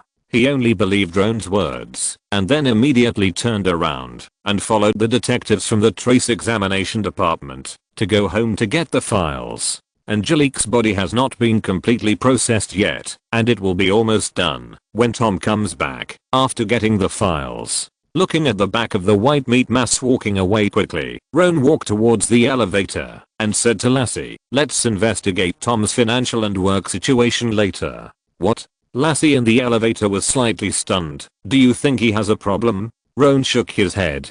He had carefully observed Tom's movements and facial expressions when he spoke and did not find anything wrong. But the other party is the victim's husband after all. If one of the couple is victimized and killed, the other party is a huge suspect. Okay. Lassie nodded, and after returning to the 5th investigation team, she immediately led the technical agents to check Tom's itinerary information in the past few days. At the same time, Mona took the paper with Marilyn Club written on it and began to investigate quickly. Soon, Mona found out the relevant information about the club. The owner of the club is Vikram Henry, 37 years old. He was sent to prison by our FBI a few years ago for using weapons to attack others and carrying reading materials. Mona typed the other party's information on the computer and introduced. Henry was released from prison a year ago and opened this club. On the surface, the operation and management of this club are all legal and there are no problems. But the organized crime investigation department suspects that Henry is setting up a gang, but they have not found direct evidence yet. Good. After listening to Mona's narration, Luo An continued to ask, where were Henry and his men at 11 o'clock last night? Was there time to commit the crime and suspicion? At present, no. Mona put the information sent by the organized crime investigation department on the computer and then called up a surveillance video and said, this is the surveillance video of the gate of the club. According to the picture, Henry and several of his men did not come out last night.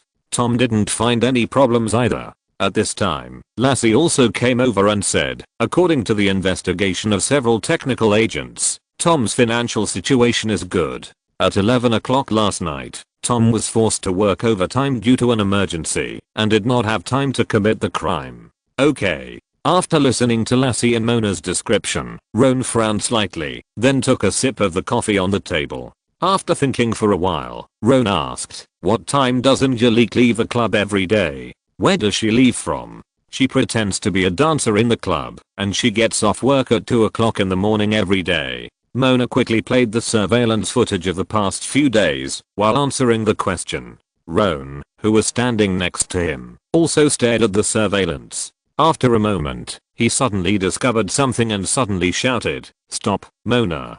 Go back 40 seconds. Mona and Lassie were both startled by Roan's sudden shout and gave him a fierce look. Mona slowly pulled the surveillance back. A little further back, a little further back. After a moment, the surveillance footage stopped. Luo An pointed to a woman in colorful clothes, a man and a woman in the upper right corner of the computer and asked, "This woman seems to be Angelique." The footage in the surveillance video was not very clear, and Lassie could not see it clearly. Mona looked at it carefully for a moment, and her 10 fingers began to dance quickly on the keyboard. There is a store opposite the location, where those people are standing. The surveillance video of that store can see these 3 people clearly. As soon as the voice fell, Mona called up the surveillance video of the store, and the figures of Angelique and another man and woman suddenly appeared on the computer screen. How Lixie. Seeing that one of the women was really Angelique, Lassie took a breath and looked at Luo An with shock. Mona adjusted the surveillance video playback speed so fast.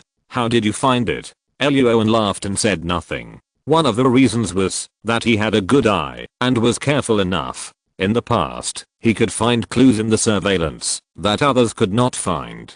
Another point is that Angelique's physical characteristics are very obvious. Luo An did not mean to look down on or insult Angelique, but judging from the naked eye, Ryder is stronger than Angelique. The content of the video is very simple. A few days ago, one night, under the dim light, Angelique, who was wearing colorful clothes, was hugging and chatting with a handsome white man on the corner of the street. Then, a tall woman with short hair suddenly rushed out from the opposite side of the street with an angry face. Chapter 212. Hell Paradise Low Profile Version. Investigation Team Number 5, Office Area. The surveillance footage in the computer was still continuing, and William and other technical agents also came over. The moment he saw the angry short-haired woman, the man was obviously a little flustered. Angelique had her back to the camera, and Luo An and the other 2 could not see the expression on her face. But as Angelique spoke, the short-haired woman's face became more and more angry, and her right hand also touched her lower back. The short-haired woman was stunned for a moment when she didn't touch anything, then raised her hand and slapped Angelique's face, but was hurriedly stopped by the man. The short-haired woman became even more angry, slapped the man hard, kicked the man in the crotch, spit on the man, and finally turned and left.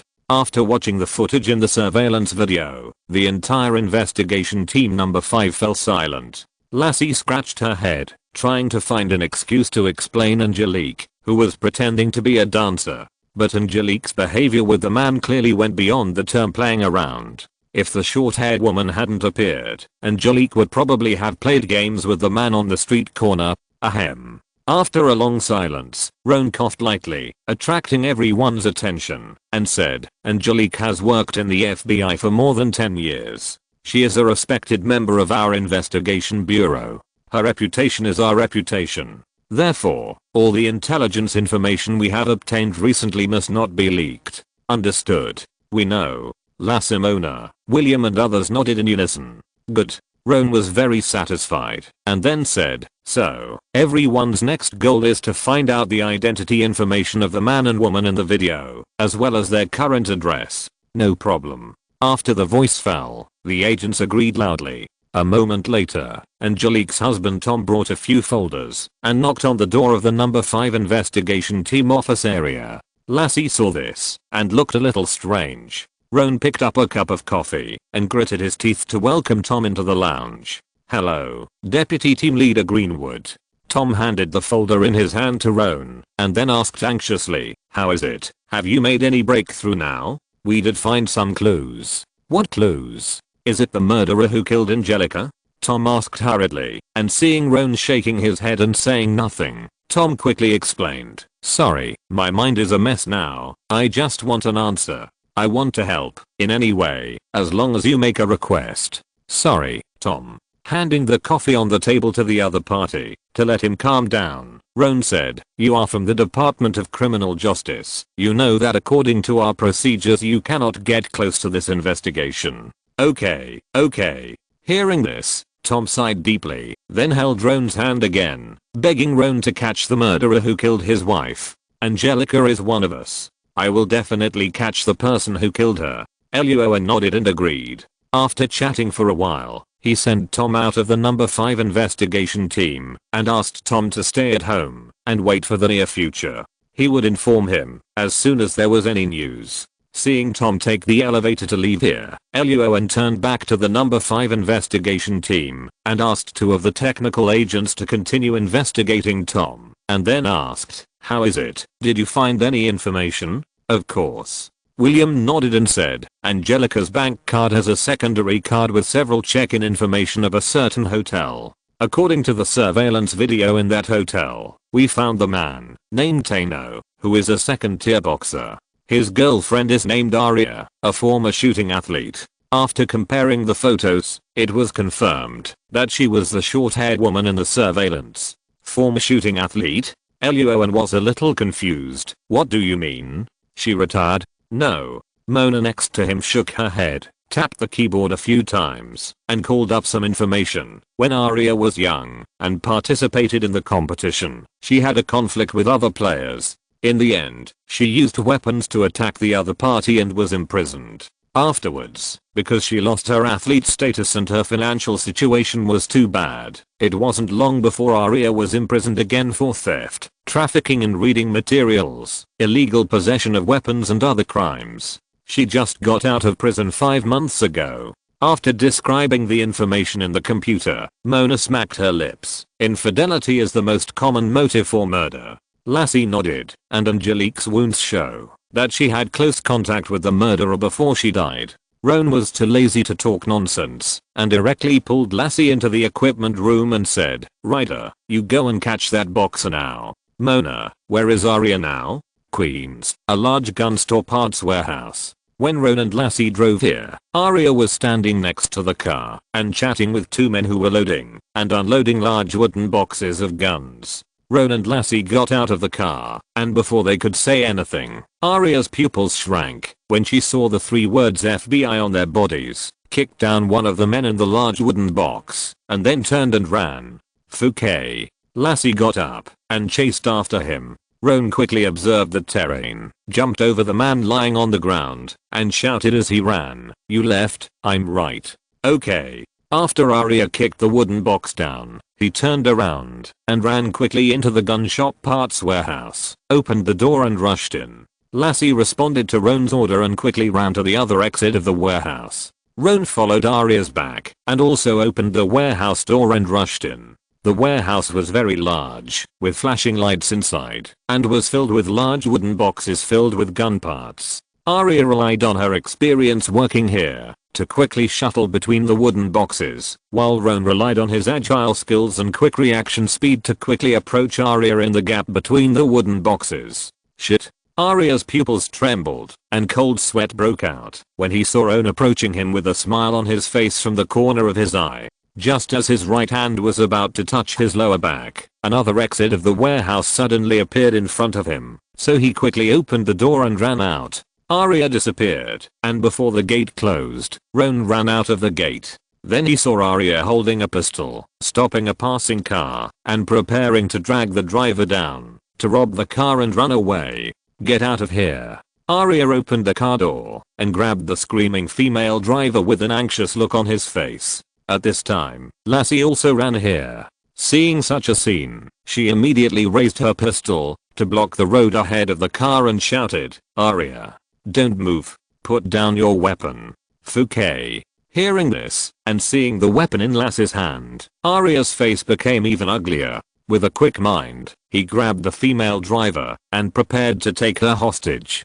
Before he could pull the female driver out of the driver's seat of the car, Aria suddenly felt his left hand being grabbed by someone.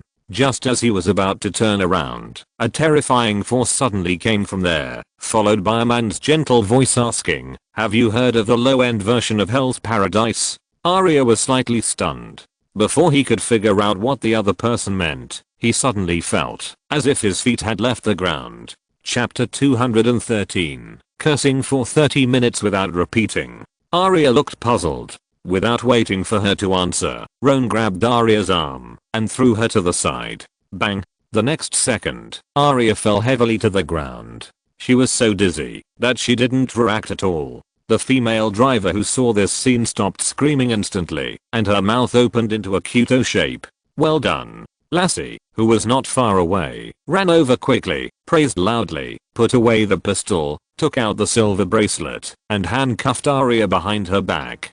Damn FBI. Arya, who didn't react until Lassie pulled her up from the ground, felt the pain all over her back. She stared at Roan and cursed. ***at. I'm going to sue you in court. You are discriminating against women in the law enforcement process. You are too harsh on female citizens. An. Hearing Arya's words, Lassie rolled her eyes beautifully, and Roan smiled nonchalantly, shaking the pistol that Arya dropped on the ground. Don't worry, I will also sue you and the judge for intending to attack and injure FBI agents. Arya, who had not thought of this for the time being, and simply wanted to rob a car and escape, felt bad when she heard this, but Lassie didn't give her the opportunity to continue cursing, and directly stuffed her into the SUV not far away. Roan stuffed Arya's pistol into the evidence bag, turned around and chatted with the female driver for a few words. When he was sure that she was not injured, he suddenly found a few more pieces of paper in his pocket with the phone number and home address of the female driver in front of him.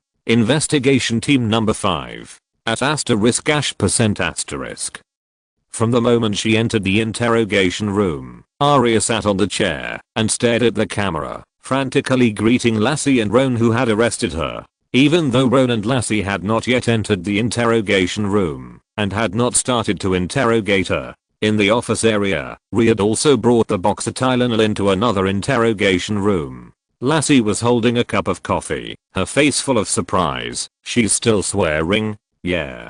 Mona, who was at the door of the interrogation room, nodded with admiration on her face, and at the same time, her 10 fingers flew on the computer keyboard, quickly recording Arya's swearing. For more than 30 minutes, Arya's swearing words were rarely repeated. In a sense, this is also an incredible skill, and Mona thinks it is worth learning. Luo An was scratching his head watching this scene. What if Mona really learned it? If they quarreled in the future? Lassie, who was standing next to him, saw the expression on Luo An's face and thought of this. She covered her mouth and laughed, then whispered to Mona, "Give me a copy later." Okay. Luo An drank the coffee and the cup in one gulp, hurriedly stopped Mona from continuing to learn, then opened the door of the interrogation room, and walked in with Lassie. At $%**. Seeing Luo An and Lassie, Arya cursed even louder. "Tell me, Arya." Selectively blocking the cursing voices in the room, Roan asked with a serious face, "Why did you kill Angelique?" "Who is Angelique?" "I didn't kill anyone." Arya pounded the table frantically and said angrily, "I didn't do anything wrong." Lassie frowned. "Then why did you run away when you saw Russ?" Hearing this question, Arya's expression froze slightly, and then he said, "I'm still on parole. In addition, maybe, remember I said maybe, I may have lost the certificate and documents during my parole period." Lassie was speechless at Arya's words, and Roan continued, "Fortunately, we are not interested in your things being stolen. We just want to know why you quarreled with Angelique a few days ago." Seeing the photo Roan handed over, Arya suddenly realized it turned out to be this cousin. What happened to her? Now I'm asking you questions. "Of course it's because that woman seduced my boyfriend," Arya said with disdain. "Tenno and I have been together for 5 months, and we have been living together, but now he is going to abandon me because of that woman." Luo An nodded. "So you killed Angelique last night?" "No," I said. "I didn't kill anyone." Arya said loudly, "I was moving last night, and the landlord and the moving company can prove it to me. I also persuaded them to send me a washing machine." A few minutes later, William stopped typing and looked up at Luo An. The landlord and 2 workers from the moving company were with Arya from 9 to 12 o'clock. Arya does have an alibi. Lassie frowned when she heard this. What about the ballistic test? The report from the trace examination department shows that the ballistic traces of Arya's gun and the gun used by the murderer are completely inconsistent. Fouquet. Lassie cursed in a low voice, then turned to look at Luo An. "What should we do?" "Contact the law enforcement officer in charge of Arya's parole period, send her back to prison, and let her study again." Luo An stretched himself, his expression unchanged, and walked towards another interrogation room. "Don't forget, we also have a boxer." In the interrogation room, I saw the news of Angelique's murder on the news. It was not until then that I knew she was from the FBI. Sitting in the chair, Tano had a complicated expression on his face. Do you know how I felt at the time? That feeling. Sorry, Mr. Tano. Lassie waved her hand, interrupted him, and said, we are not here to listen to your thoughts. May I ask, how long has your relationship lasted? 3 months.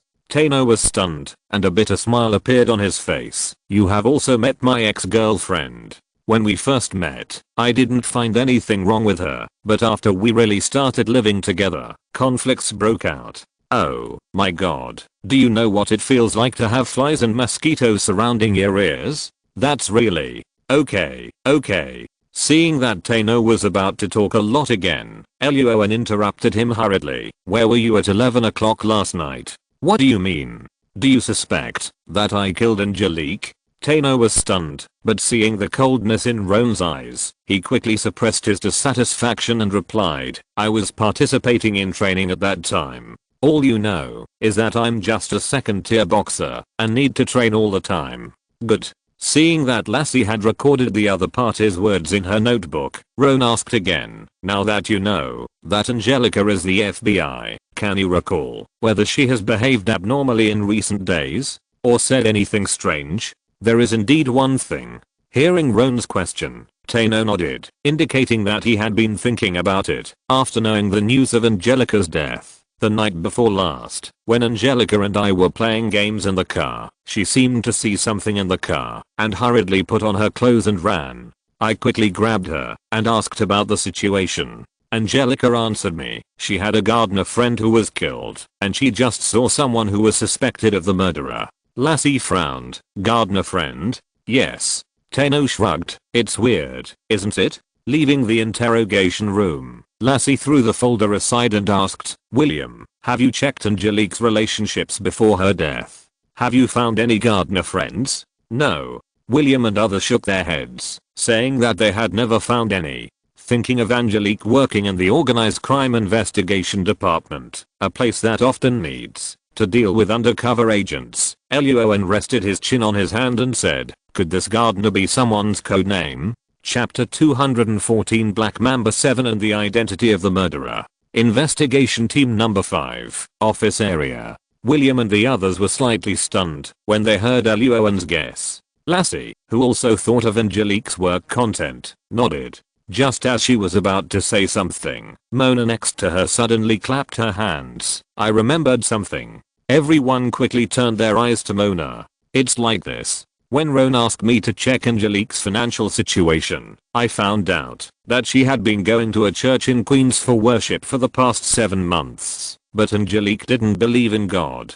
Mona's 10 fingers moved quickly on the keyboard, and soon she pulled up a piece of information on the computer screen. 5 days ago, a murder suddenly occurred in the church. The victim was a gardener who worked in the church. He was shot in the chest. And in the following time, Angelique used the FBI internal network many times to inquire about the follow-up of this ordinary murder case. Seeing the information in the computer, Lassie's mouth twitched. Is a gardener really just a gardener? Now it seems that this is not an ordinary murder case. Roan ignored Lassie and asked directly, what weapon did the murderer use to kill the gardener? Based on the bullets left at the scene, it was a pistol. Mona shrugged, indicating that the NYPD's handling of this case was still in the stage of on-site visits, monitoring and autopsy, and the ballistic detection report had not yet been made.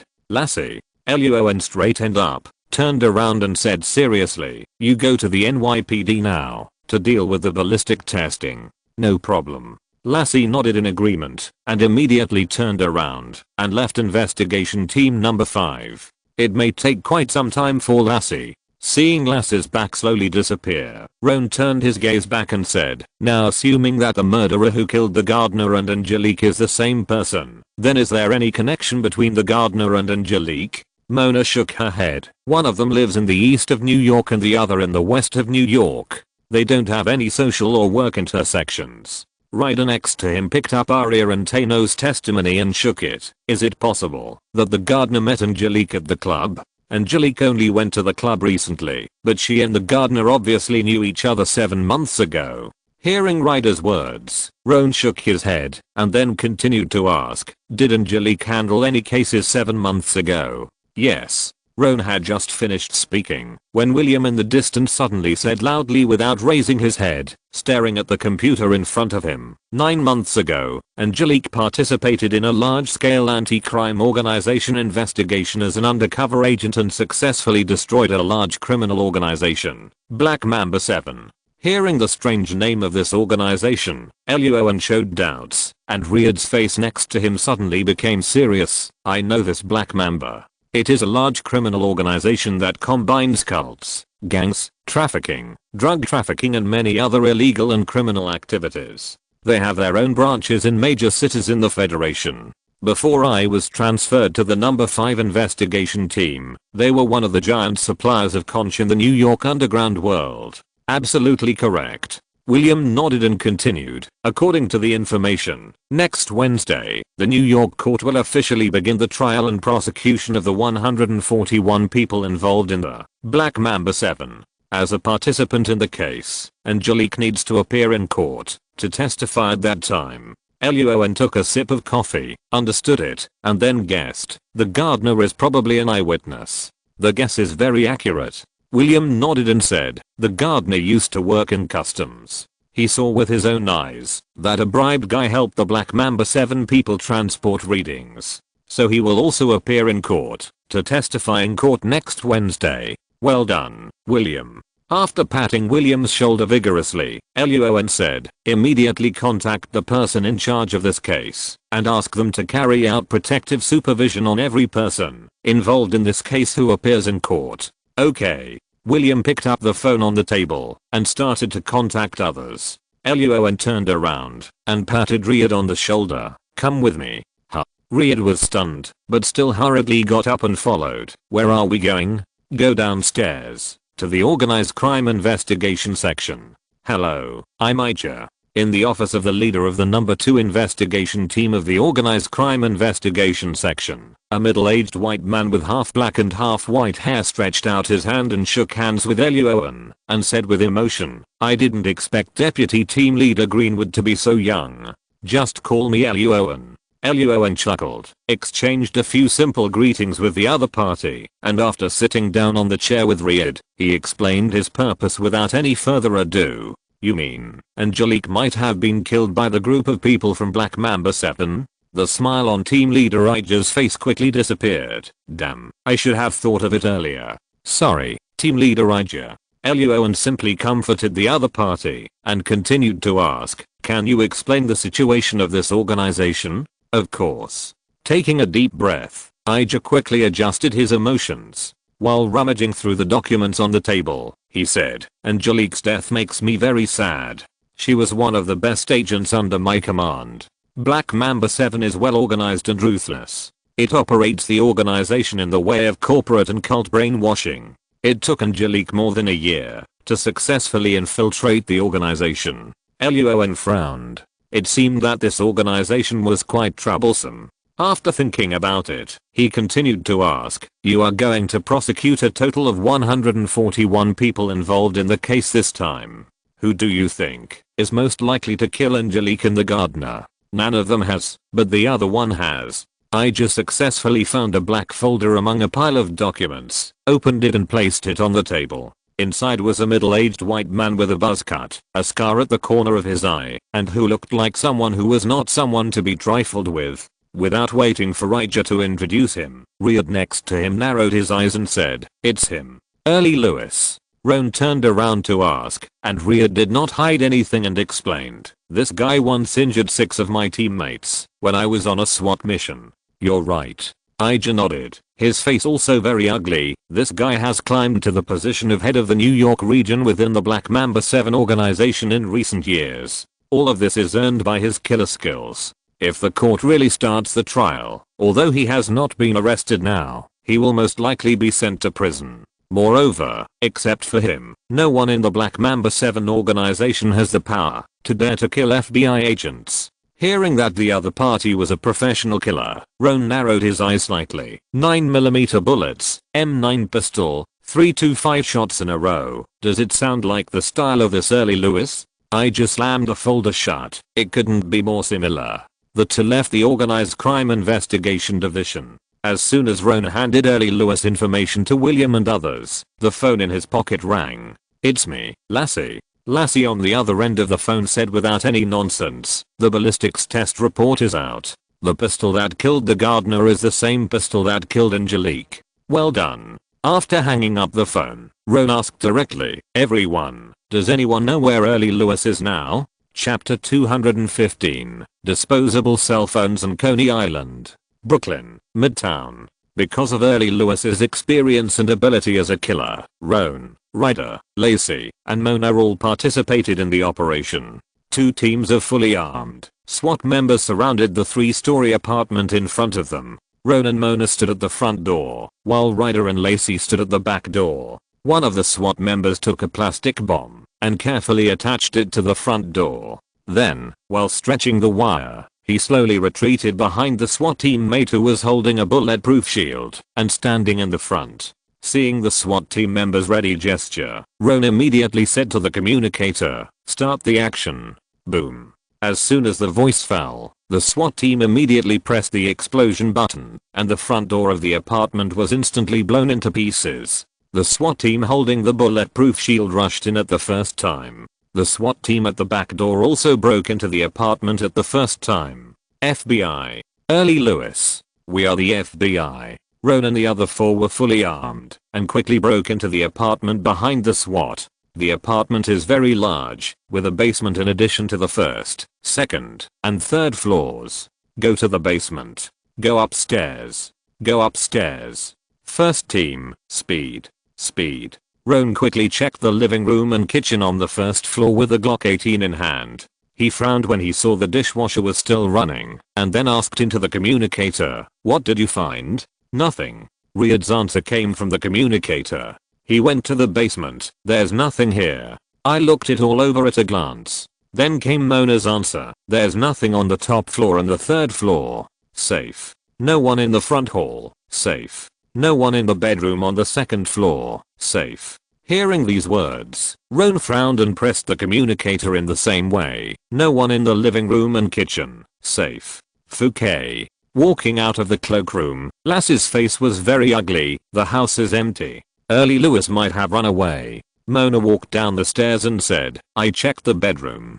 There was no sign that he had packed his luggage." Riyad on the side shook his mobile phone and asked, "Do you want to contact the airport, train station and other places to issue a wanted notice for Early Lewis? Publish it?" Luo An nodded, then raised his eyebrows, picked up a red and white box from the kitchen trash can, handed it to Mona, and asked, "Is this a disposable phone box?" Most of the mobile phones on the federal market are sold in bundles with the services of operators, so the personal information of the purchaser will also be registered in the operator's database, which is equivalent to the real name system implemented by a certain Eastern country. Disposable phones are non-contract models, or short-term service bundled models without contracts, mainly provided to tourists or other temporary mobile phone users for purchase and use. Because there is no service contract, or only a short-term contract of more than 1 month, the personal information of the purchaser is not so strictly managed, and there is a lot of room for tricks. Anyway, according to the internal data of the FBI, the majority of disposable mobile phone sales are not the so-called killers or local gangs, but the lawless and incompetent CIA. Hearing Luo An's words, Lassie and Riyad looked up at the box in Luo An's hand. It is indeed a disposable phone. Mona's eyes lit up, and she patted Ron's arm hard. "You are so thoughtful." Ron chuckled, handed the box to Mona, and asked, "How about it? Can we find the other party with this box?" "Of course." Mona ran back to the SUV, took out a laptop from it, and said with a smile, "The electronic serial number of this disposable phone is on the packaging box. Give me 3 minutes, I can definitely find the other party." But Lassie leaned next to the computer and whispered, "If Early Lewis left after killing someone last night, this period of time is enough for him to leave the Federation. Do we have to go on a business trip next?" "No, Early Lewis didn't leave for long." Hearing this, Ron shook his head. Seeing the puzzled eyes of Lassie and Riyad, he walked to the dishwasher next to him and said, "This dishwasher is artificially set to operate for 35 minutes. When I entered the kitchen just now, it had just finished operating." "What?" Lassie looked at the dishwasher, then at Roan, her face full of astonishment. Reid, who was on the phone and was not convenient to speak, also gave him a thumbs up. Roan is right. Ryder hung up the phone and walked to Roan. Just as he was about to speak, Mona stopped typing and said, "I sent a test data packet to that phone, and the other party has replied to me. According to the location, Early Lewis is now in Coney Island in southern Brooklyn." Coney Island, also known as Coney Island, is an island. Its beach facing the Atlantic Ocean is a well-known federal leisure and entertainment area. The temperature is very high and the sunshine is sufficient. There are many entertainment projects here, which is very suitable for family outings. Fouquet. Hearing that Early Lewis actually went to a place with a lot of children, Lassie's face changed drastically, and Ryder's face instantly turned black. "Everyone, SWAT team, we are going to Coney Island immediately." Roan's heart skipped a beat, but as a commander, he couldn't panic. So Roan's expression remained unchanged, and he said seriously, "Mona, you contact NYPD to seal off this apartment immediately, and locate Early Lewis at the same time, and provide remote support at all times. Ryder, Lassie, you and I will go to Coney Island together." "Understood. No problem." As soon as the voice fell, the two SWAT teams immediately rushed out of the apartment and returned to the troop carrier. Ryder ran to an SUV, and Roan and Lassie walked quickly into another SUV. With the accelerator pressed to the bottom, the SUV drove quickly onto the road to Coney Island. Lassie fastened her seatbelt and was about to speak when she saw Roan had already taken out his cell phone and called Vereen's while driving. It was time to ask for help from a big shot. "Sir, it's me, Roan. What's wrong?" Vereen's on the other end of the phone put down her pen and asked in a serious tone, "What problem did you encounter?" Roan briefly described the current situation and then said, "If Early Lewis shoots there, it may cause some very bad effects." After listening to Roan's narration on the phone, Vereen's frowned and felt a headache. But now is not the time to talk about these things. Vereen's got up and left her seat and said as she walked out of the office, "I will send more SWAT teams to support and block the area and will do my best to prevent the New York media from entering, but you must also minimize the possible hostages or casualties. If you are really unsure, send me a message immediately and I will send other people to command this operation. Understand?" In Vereen's eyes at this time, Roan is the most important. She doesn't want Roan to have some problems with this operation, which will cause him to be unable to recover in the future. "I understand. Thank you, sir." Luo An chuckled. This was the benefit of having a big boss to lean on. Not only could he provide help, but he could also prepare a way out for himself. On the co-pilot seat, Lassie sighed when she heard Verenis's words on the phone. She wondered why she had never met such a good boss before. But on second thought, Lassie was also very happy. Luo An was her teammate after all. As long as nothing unexpected happened, the more benefits Luo An got, the more soup she would get. Suddenly, Lassie's cell phone rang. It was Mona who called. Her tone was very urgent. "Roan, NYPD received a call 30 seconds ago saying that there was a gunfight at Coney Island.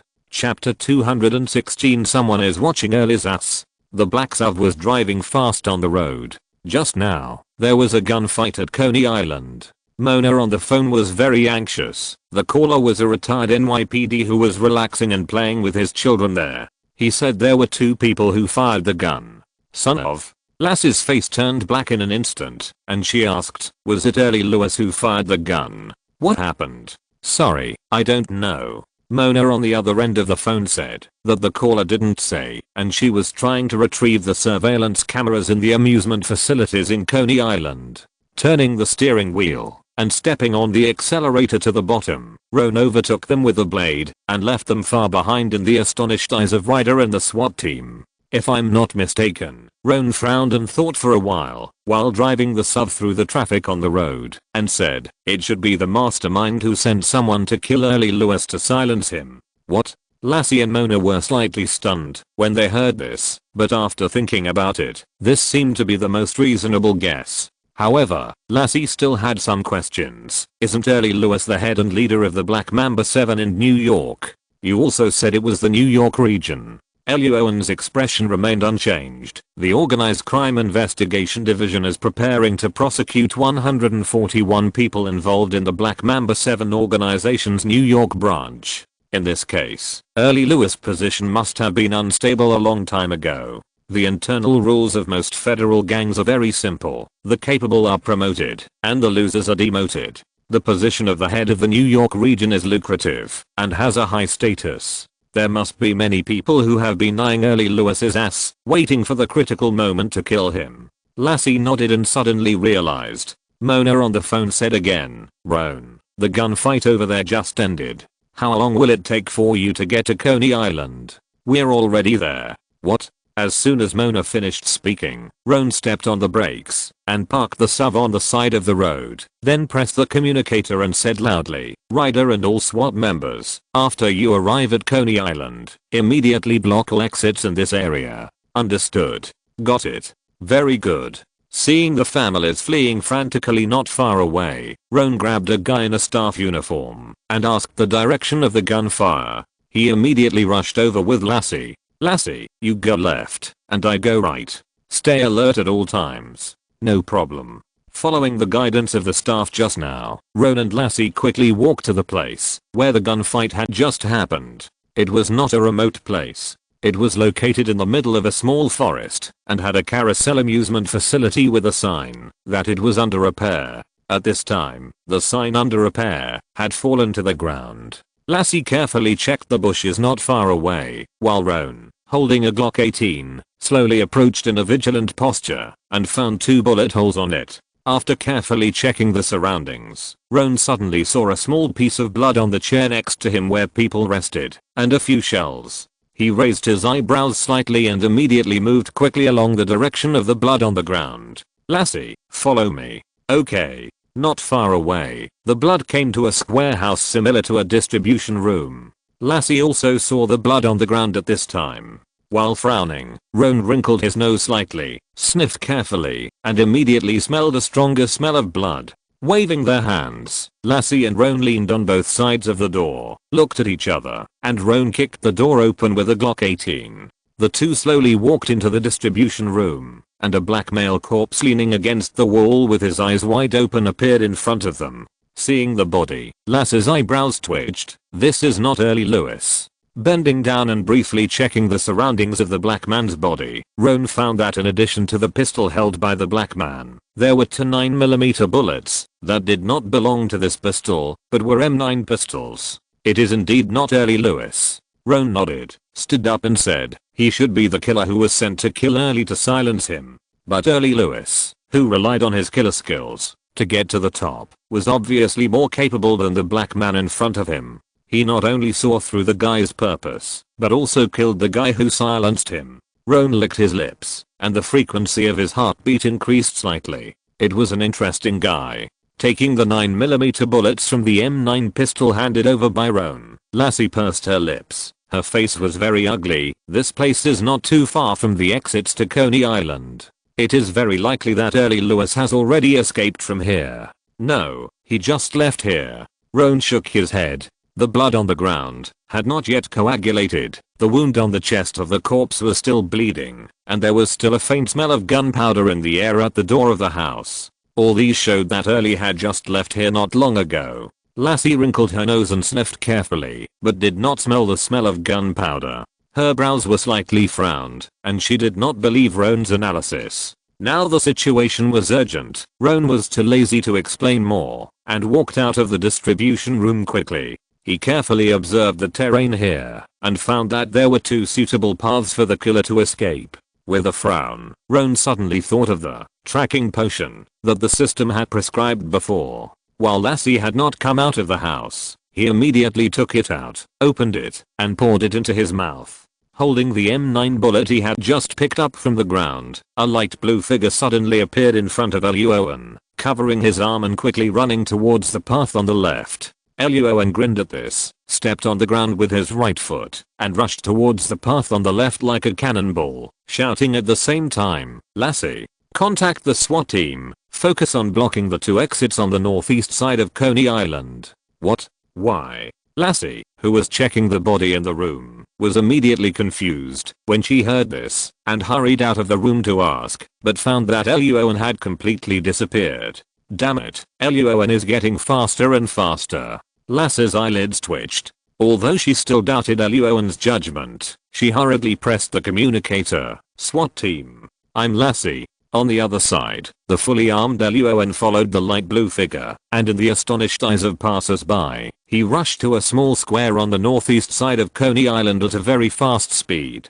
Mona, who was far away, saw Luo An through the surveillance camera and asked hurriedly, Luo An, what did you find? Luo An did not answer. At this time, there were 4 SWAT members blocking the exit, carefully checking every passerby who wanted to leave here. At this time, the effect of the drug slowly disappeared, and the light blue figure began to slowly disappear. Luo An did not care. He could change his clothes and disguise himself, but the wound on his arm could not be cured in a short time. He walked quickly through the crowd in the square with a serious face. A SWAT member saw Deputy Team Leader Luo An and walked over quickly. The SWAT member was about to speak. Luo An's nose moved slightly, and his left hand suddenly clenched into a fist, and he slammed it hard at the father holding a little boy in his arms beside the SWAT member. Mona, who was checking the surveillance camera, saw this. Her pupils shrank, and she quickly covered her mouth. Feeling the wind coming from his ears, the SWAT member was stunned, and hurriedly prepared to speak.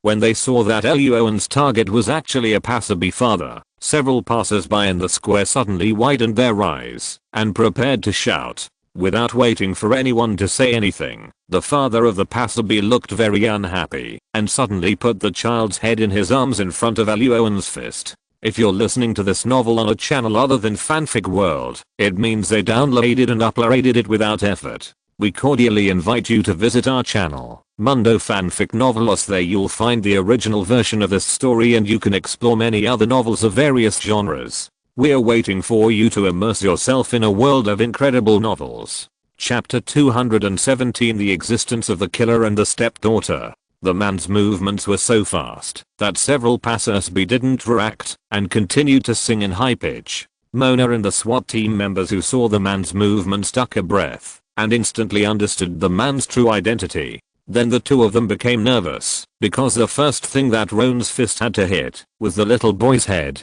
Early Lewis, who pretended to be a father, had a cold light in his eyes. Although he didn't know how Roan found him, he had the child in his arms as a cover, so even if he was discovered now, he was sure to escape from here. And he had a pistol in his arms. Early Lewis smiled slightly, ready to wait for Roan to stop, and then take out the gun and point it at the child's forehead.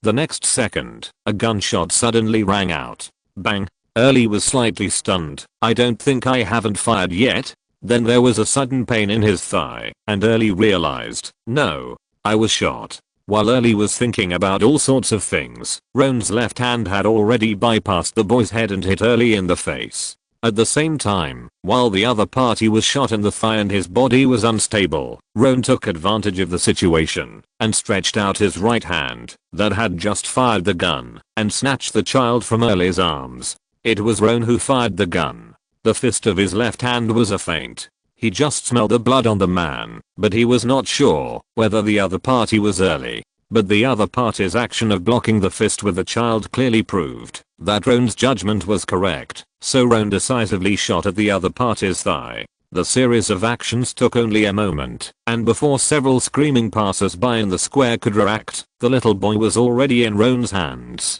Then the little boy, who also didn't react, with fear written all over his face, was thrown by Roan to the stunned SWAT team members on the side. Mona, who was far away, let out a long sigh of relief, and her apprehension subsided. She smiled and said, I knew that Luo An would be prepared for everything. Mona was slightly stunned when she said this. Wait, if that was the case, then the night when Luo An teased her with toys before. On the other side, Fouquet, Early, who had been shot in the thigh and punched in the face by Luo An, fell to the ground. Seeing that the child in his arms was also taken away, he cursed and looked extremely ugly. He immediately reached into his arms with his right hand to take out the pistol to attack Luo An. Luo An, who had seen Early's movements clearly, did not give him a chance. As soon as Early was about to raise his right hand, Luo An bent down and grabbed it, stepping on it under his feet. Ah! Amid the other party's screams, Roan clenched his right fist and smashed it hard on the other party's face. At the same time, he took out handcuffs and said with a serious face, "I'm sorry to inform you, Mr. Early Lewis, you are arrested for killing an FBI agent and 2 other federal citizens." Early did not answer because Roan's punch just now was too heavy and he had completely fainted. The only thought that Early had before fainting was that this handsome FBI man in front of him had no martial ethics and attacked him. Roan didn't know what the other party was thinking, and even if he knew, he wouldn't care. We are all killers, and what killers do is sneak attacks, right?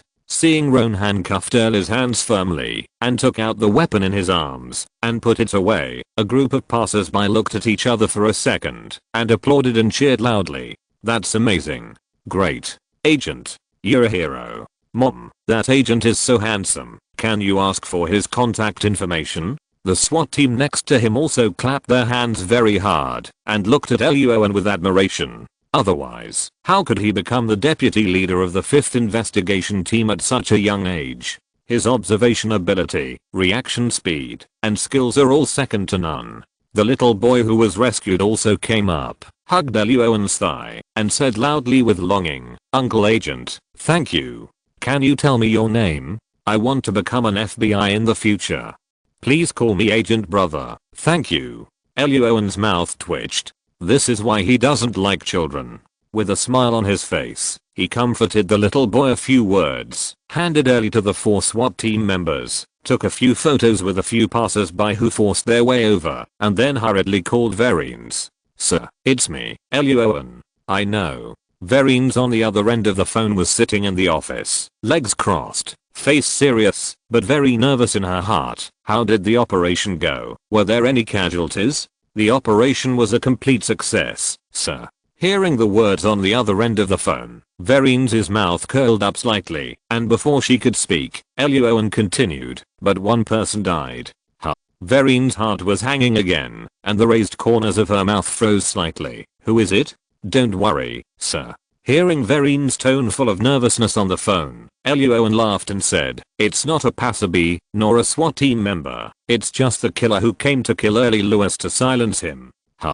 Verines in the office snorted lightly. She didn't know that Luo An was playing a joke on her, so she chatted briefly for a few words and hung up the phone without praising Luo An. However, after the call was hung up, Verines still had a beautiful smile on her face. "Well done. You are indeed the best agent in the 14 investigation teams of the Criminal Investigation Department." On the other side, Roan, who was very happy to be joking, didn't care. He turned off his phone and walked towards the direction of the SWAT team. Lassie also came over with 2 SWAT members and the body of the black killer. Seeing Roan, Lassie raised her eyebrows and raised her right hand to give a thumbs up. Top notch. Lassie originally wanted to ask Roan how he judged that Early fled in this direction, but just now Mona told Roan about the first time he searched for veterans in the woods through the communicator. After listening to this, Lassie put this question behind her and instead asked another question when driving back to the Jacob Federal Building. "Roan, tell me, why do we always encounter killers in every case we go into? Why are there so many killers in this world?" Hearing this question, Roan, the former killer who was resting in the co-pilot, scratched his head, not knowing how to answer. In his previous life, the 2 professions of stepdaughter and killer came into being since the birth of mankind, and they are firmly bound to mankind. The former takes money to accept attacks from others, while the latter takes money to run and attack others. The rules are fixed and unchanging, and are expected to continue until the extinction of mankind. 2 hours later, in the office area of the number 5 investigation team, Early is still in the hospital for surgery, and Riyadh won't be able to take him to the interrogation room for a while. Roan took a bite of the hamburger, muttered and asked loudly, "How is it? Have you found out who the killer who was killed by Early is?" "Francisco Ford, nicknamed the Black Bat." William nodded and showed Roan the information of the Black Killer. "He is a well-known killer who has emerged in the underground world in the past 2 years, and his mission completion rate is very high. Unfortunately, our Mr. Batman's mission completion rate will be cut off from today. After finishing the hamburger in a few bites, Roan continued to ask, "So, did you find out who sent Francisco to kill Early?" "No." William shook his head, and Mona next to him raised her hand and said, "I found out some things, but it was encrypted by the Federal Department of Homeland Security. Do you want me to try to break in?" Roan. Chapter 218, Case Truth and Interrogation. According to the investigation, Mona found that before the killer Francisco Ford went to kill Early Lewis, a sum of money suddenly appeared in a bank account, and a phone call was received on his mobile phone. The other party also used a disposable mobile phone, but based on the electronic serial number on it, Mona still found the address where the other party called. However, it involved the blocked files of the Federal Department of Homeland Security, and Mona could not continue the investigation. How about it, Roan? Mona had never hacked into the internal network of the Federal Department of Homeland Security. At this time, she was eager to try, and her face was full of excitement. "Believe me, I can definitely get the relevant information without disturbing the Department of Homeland Security." Roan. Mona's proposal was not passed in the end, because Verines walked into the office area of the 5th Investigation Team. Hearing that there was something about the Federal Department of Homeland Security, Verines did not hesitate, and immediately took out her mobile phone to make a call. More than half an hour later, a middle-aged white man with a big beard in a suit walked in with several folders. "Let me introduce you." Verines stood at the front of the office area and introduced to everyone with a cold face, "This is Lyndon Jones, the head of a department of the Immigration and Customs Enforcement Bureau under the Federal Department of Homeland Security." "Hello, Chief Lyndon." "Hello, everyone." Roan and the agents of the number 5 investigation team greeted Lyndon. Lyndon waved his hand and smiled and stretched out his hand to Roan. "You must be Deputy Team Leader Greenwood. You are so young." Looking at the handsome Roan, Lyndon was deeply moved. Lyndon's son is about the same age as Roan, but he is still doing nothing in society. Lyndon has to help him clean up his mess every once in a while. It's a headache to think about it. Looking at Roan, who has become the deputy team leader at a young age, and the high and frightening crime-solving rate of the number 5 investigation team, Lyndon decided that he must talk to his son when he goes back. "Just call me Roan." Roan laughed and stretched out his hand to shake hands with the other party. He didn't know that a young man would be beaten up because of him in a few days. Seeing the envy in Lyndon's eyes, Verines kept her expression unchanged to maintain her dignity, but she was very proud in her heart. At the same time, she glanced at Luo An with a smile. The two sides exchanged a few simple pleasantries. Lyndon didn't waste any words. He distributed the folder to everyone and explained, "This guy is Bevan Hyman." In the folder was a middle-aged white man wearing a suit and smiling. Bevan Hyman was the owner of a large building materials company in New York. In recent years, the annual operating income reported was about $30 million US. Seeing the contents in the folder, Lassie frowned and guessed, "Captain Lyndon means that this Bevan Hyman is actually a member of Black Mamba 7? No, probably not." Luo An shook his head and pointed to the equity ownership structure diagram of the building materials company in the folder. A building materials company whose shares include S-type companies, limited liability companies, limited partners, and offshore partners in Panama and the Cayman Islands. This is obviously the organizational structure of a money laundering company. That's right. After listening to Luo An's analysis, Lyndon smacked his lips and looked at Luo An deeply. He was worthy of being the deputy team leader at the age of 25. Sighing again in his heart, Lyndon continued, "Bevan Hyman has a close relationship with the Black Mamba 7 headquarters. The building materials company under it is not only suspected of helping the criminal organization launder money, but also because the company's raw materials are produced in Brazil, located in South America. The building materials company is also suspected of helping illegal immigrants smuggle and trafficking in people. Black Mamba 7's business also includes trafficking in people, and even trafficking in human organs." At this time, William suddenly raised his hand and said that after a computer investigation, several of their technical agents found that before Angelique and the gardener died, Early's mobile phone had received a call from Bevan Hyman. Luo An raised his eyebrows, turned around and began to write and draw on the whiteboard. The true situation of this case has surfaced. One of the characteristics of federal criminal organizations is that everyone obeys someone. Bevan Heyman didn't want to leave any loopholes in his years of operation, so after ordering Early, the lone leader of the New York branch, to kill Angelique, he sent someone to kill Early Lewis to silence him and end the investigation of this case. But after reading the case analysis on the whiteboard at the front of Roan's office, Lassie frowned slightly. We only have one phone call that has contacted Francisco Ford, the killer. I'm afraid we can't completely bring down Bevan Heyman with this alone. He has plenty of ways to pair lawyers to argue that it was not him who called, but his secretary or someone else. Verine's face changed slightly, and she turned her eyes to Lyndon Jones beside her. Sorry. Lyndon shrugged and closed the folder in his hand. We at the Immigration and Customs Enforcement Agency have not found direct evidence to convict Bevan Heyman yet. Otherwise, the Department of Homeland Security would have taken action against Bevan Heyman long ago. Hearing this, Verine's face suddenly darkened. Is this case going to be forced to end just after this investigation? Although their number 5 investigation team has already caught the murderer who killed Angelique, they are still very unwilling. Don't worry, sir. Seeing that everyone present looked unhappy, Luo An laughed, poured 2 cups of coffee, and handed them to Lyndon and Verine's, and said with a smile, don't forget, we still have Early Lewis in our hands. Early, who was born as a killer, must always be vigilant and keep a trump card, otherwise he would not be able to kill Francisco. And Early, who is used to keeping a trump card, has been the head of the New York branch for so long, and he is likely to have what we need in his hands. After hearing Luo An's words, the eyes of the detectives of the number 5 investigation team all lit up. Verine's also raised the corners of her mouth slightly and was satisfied with her forehead. Team leader Lyndon smacked his lips and decided to have a good talk with his son tonight. Team leader Lyndon's son. The next day, investigation team 5, interrogation room. Early Lewis' hands were handcuffed tightly on the interrogation table, and the place where his thigh was shot was wrapped with several circles of white bandages. Roan and Lassie were in charge of the interrogation, while Verinas, Lyndon, Augustus, Mona and Riyadh were all sitting in the monitoring room next door. Before entering the interrogation room, Roan whispered in Lassie's ear, this is so, okay.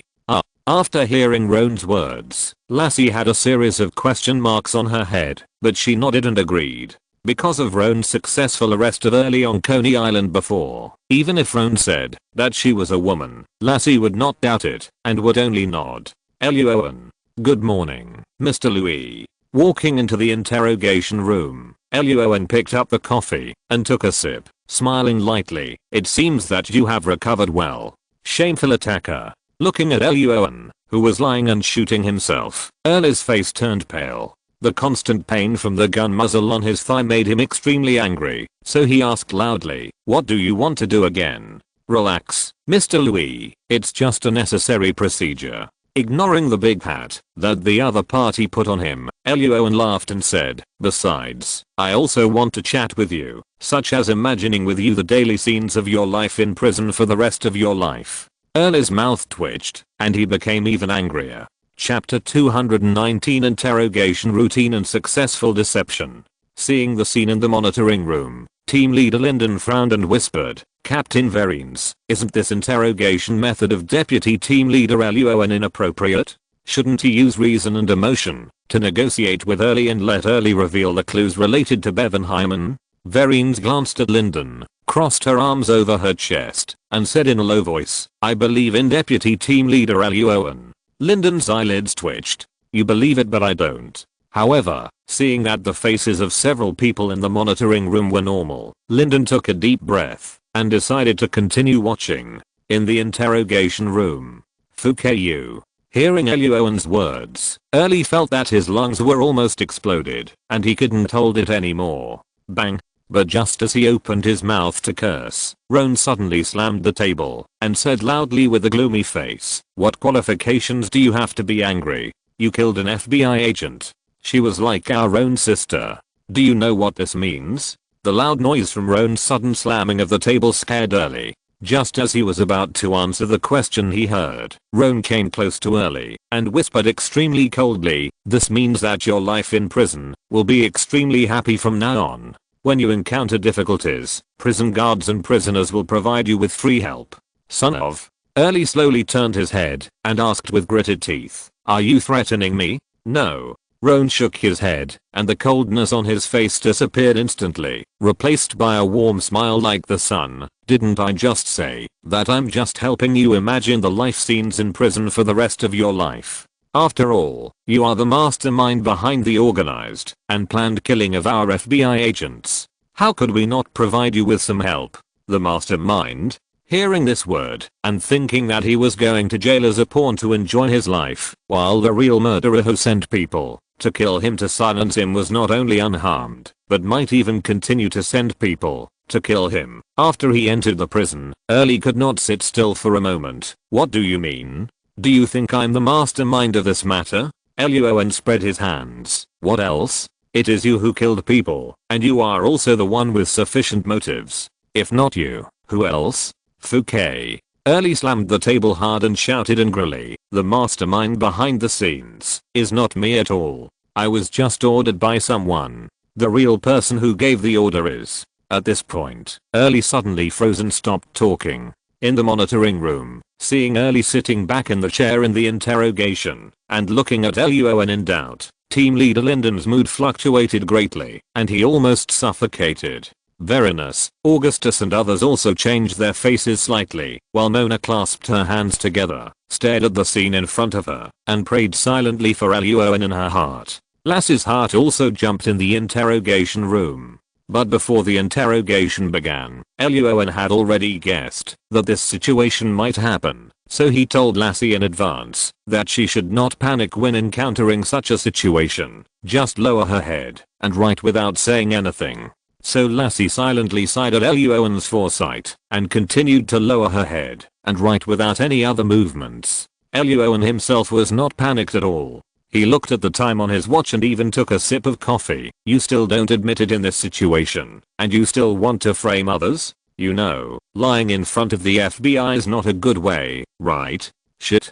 Seeing Lassie without any other movements and expressions, and Luo An with a calm face and eyes full of contempt, Early cursed in a low voice, and the whole person began to be in doubt. Early suspected that the FBI had actually learned that the real mastermind was not him. He was just a pawn, and today's interrogation was actually just to find evidence through him. But despite the suspicion, Early found that he could not find evidence. No one told him whether the FBI had found the killer and the killer's true identity. Moreover, the female agent sitting in front of him was writing without caring, and the male agent who arrested him not only irritated him with words, but also kept looking at the time, looking like he was killing time and having fun. Seeing the expression on Early's face flickering, with various expressions taking turns, Luo An's expression remained unchanged, but he nodded in his heart. He had guessed what Early was thinking. But Early had no choice, because he was actually the weaker party in the current situation. After all, he was the one going to jail. Even if Luo An and others did not catch the real murderer behind the scenes, there would not be too huge losses afterwards, and Early himself might be killed by the mastermind behind the scenes. And if he really used Team Leader Lyndon's method to negotiate with Early with emotional appeals and reason, who knows what outrageous conditions the other party would put forward after discovering that he has become the stronger party. Luo An is not used to being passive, no matter when. After taking a sip of coffee, Roan mocked Early again, and when Early's face turned purple with anger, he drank the coffee in one gulp, stood up, clapped his hands, and said, "Let's go, Lassie, the process is over. It's time to send Early to prison to await trial." "Okay." Lassie nodded, stood up and prepared to leave the interrogation room. But just as she was about to leave, Early suddenly shouted, "Wait a minute, I have a clue to tell you." Roan ignored him and strode out of the interrogation room. Lassie followed the instructions that Luo An had given her before, pretending to be slightly stunned. After a few seconds of silence, she glanced at the corridor outside the interrogation room, then slowly turned around and asked in a low voice, "What do you want to say?"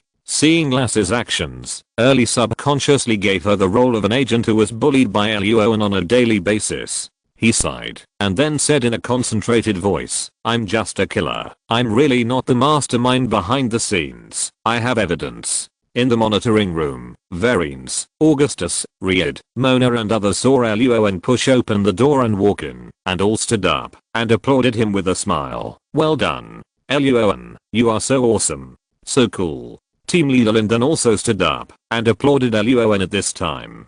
He had completely understood Luo An's approach at this time, which was nothing more than a combination of a white face and a black face plus the method of betting with the other party. But combining these two methods so perfectly, it can only be said that he is worthy of being a deputy team leader at the age of 25, and he is really good at it. Thinking of this, and thinking of his son who had accomplished nothing, had a loud quarrel with him last night, and would never admit defeat, Team Leader Lyndon's face suddenly darkened. "Use the belt tonight, Team Leader Lyndon's son." Luo An smiled and waved his hand to show his modesty, and then turned his eyes to the surveillance camera on the side. In the interrogation room, Lassie kept urging Early to speak faster and to focus on the key points. Her tone was a little impatient, but Early didn't care. He quickly finished the location where the evidence was hidden, and when Lassie left, he waved his hands to express his gratitude. "Ms. Agent, you have worked hard. Thank you so much."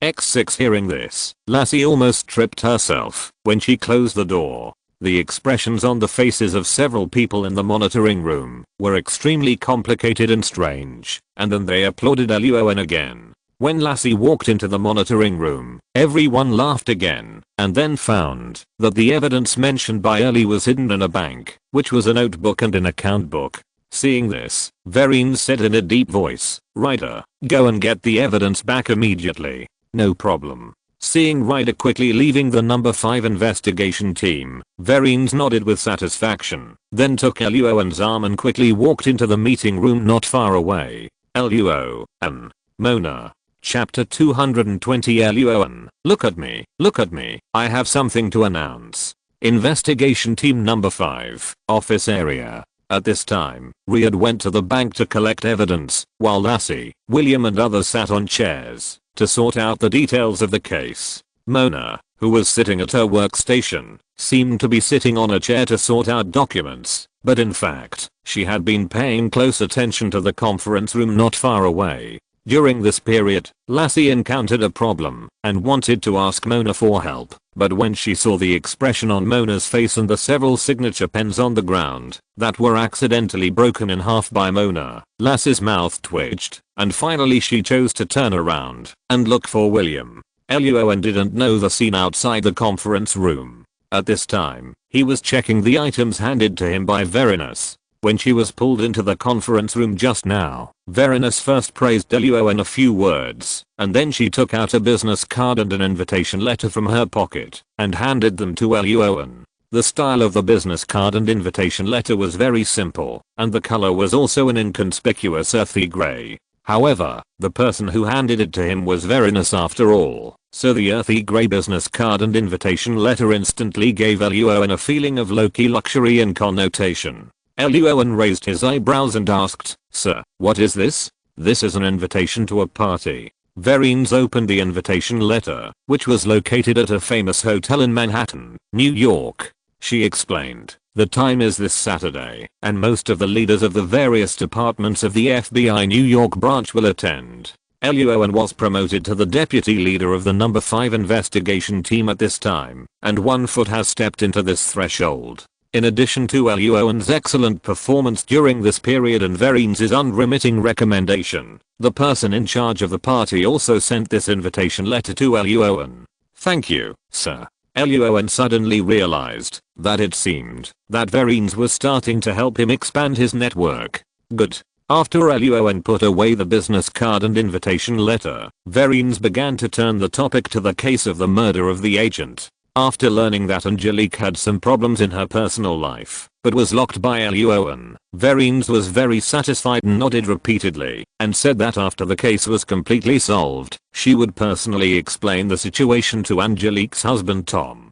"Thank you, sir." Luo An smiled and said a few words. As a man, He really didn't want to tell Tom about this kind of thing in person. Not long after, Reed returned to the number 5 investigation team with several notebooks. There were not only the transaction records of Early and Bevan Hyman, but even in the interlayer of one of the notebooks, there was a chat video that Early secretly filmed. Well done, Reed. After watching the content of the video, Vereen's and team leader Lyndon were all smiles, and Augustus waved his hand directly. All agents, set off immediately and bring Bevan Hyman to our number 5 investigation team for a chat. No problem. As soon as the voice fell, the agents of the number 5 investigation team agreed loudly. Luo An, Reed, Mona, and Lassie walked quickly into the equipment room, while William and other agents ran back to their seats to be responsible for remote support. The arrest of Bevan Hyman went very smoothly. After arriving at the construction company, Roan used a Form SB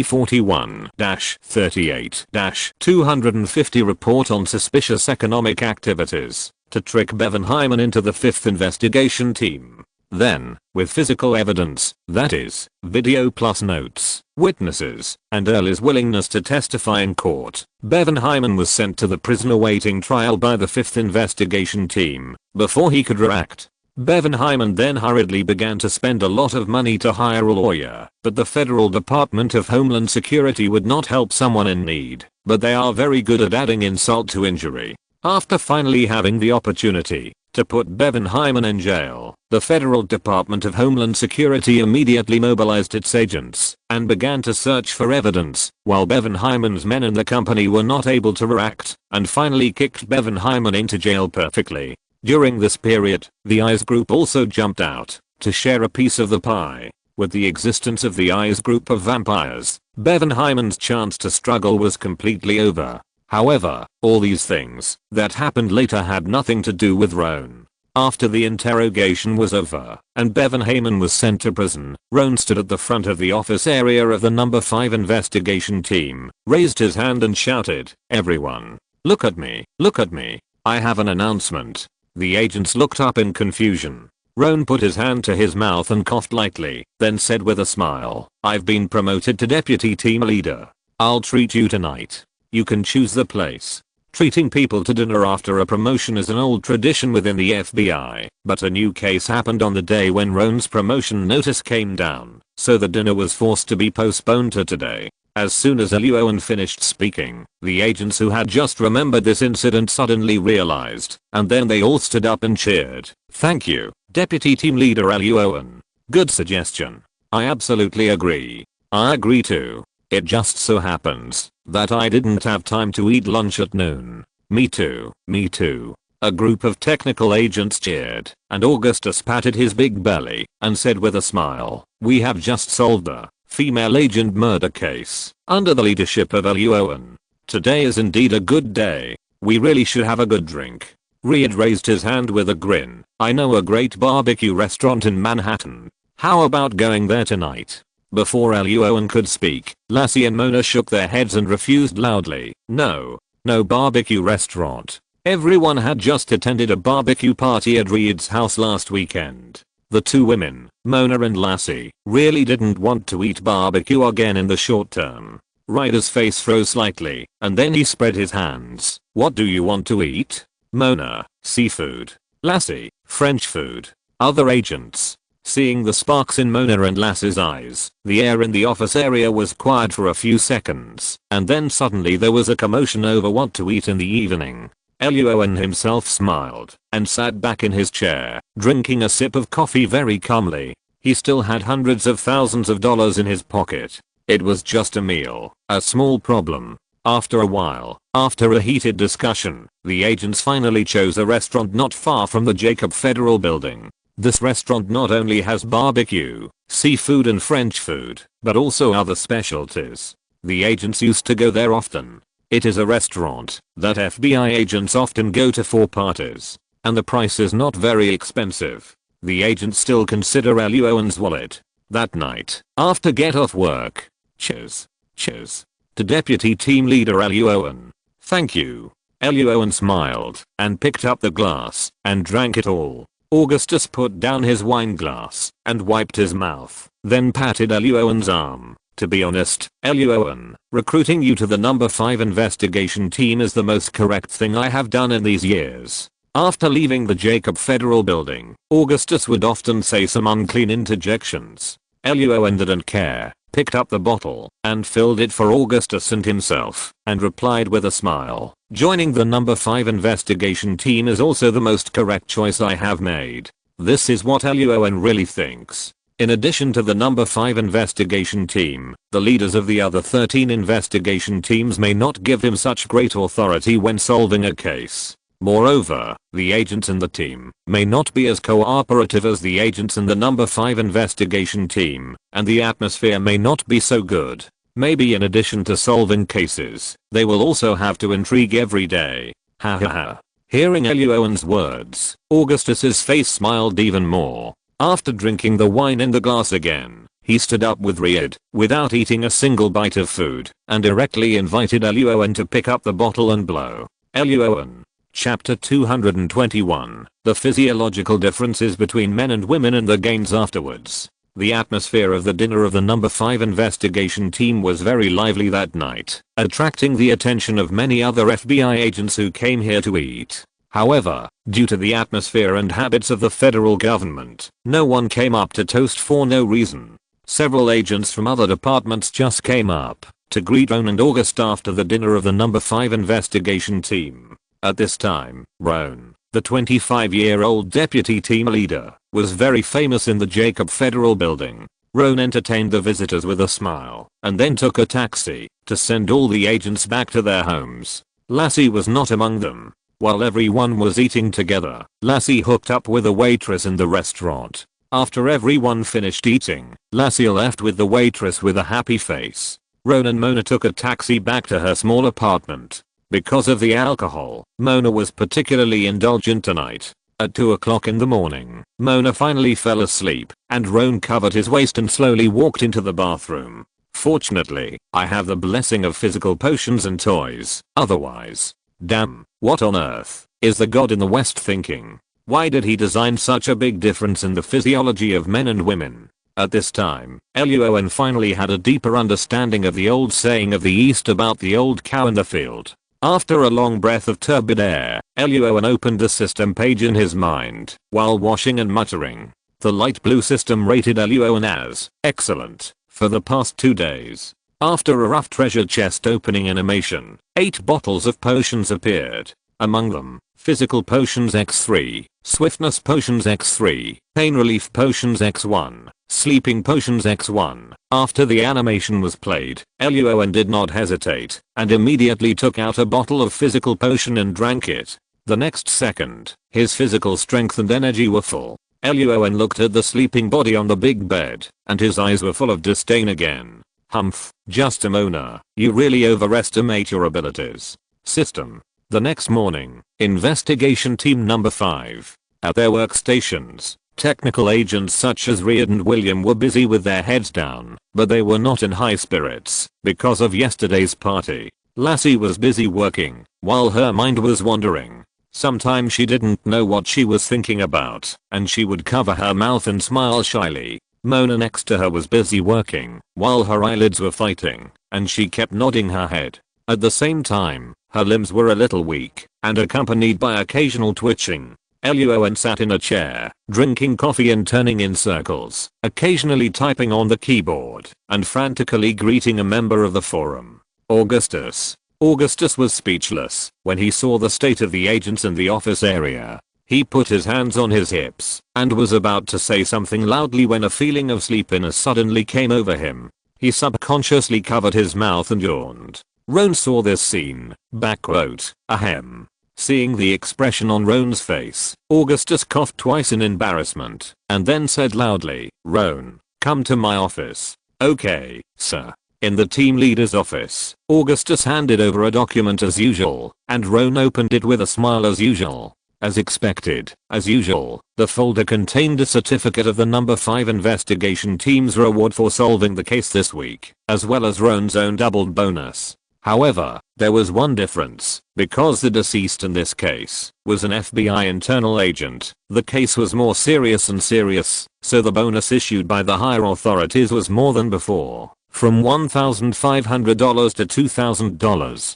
This also means that Roan's doubled bonus has increased from $3,000 to $4,000. Thinking of this, Roan's smile became even brighter. "Thank you, sir." Augustus waved his hand without saying anything more. After taking a sip of the coffee on the table, he handed Roan another folder and said, "This is the follow-up of the eyes case." Eyes? Roan was slightly stunned. He opened the folder and realized that Augustus was talking about the chief financial officer kidnapping case. As mentioned earlier, the work within the eyes is very much pursuing high turnover and high efficiency. What is the truth of the case? It doesn't matter. Is the suspect wronged? It doesn't matter. They have only one goal, that is, to file and close the case as quickly as possible, and then get the tax money and take the money away. So after learning the details of the previous money laundering case, the Internal Revenue Service Criminal Investigation Division, ICI, directly sent people to arrest Juan Alberto Canas.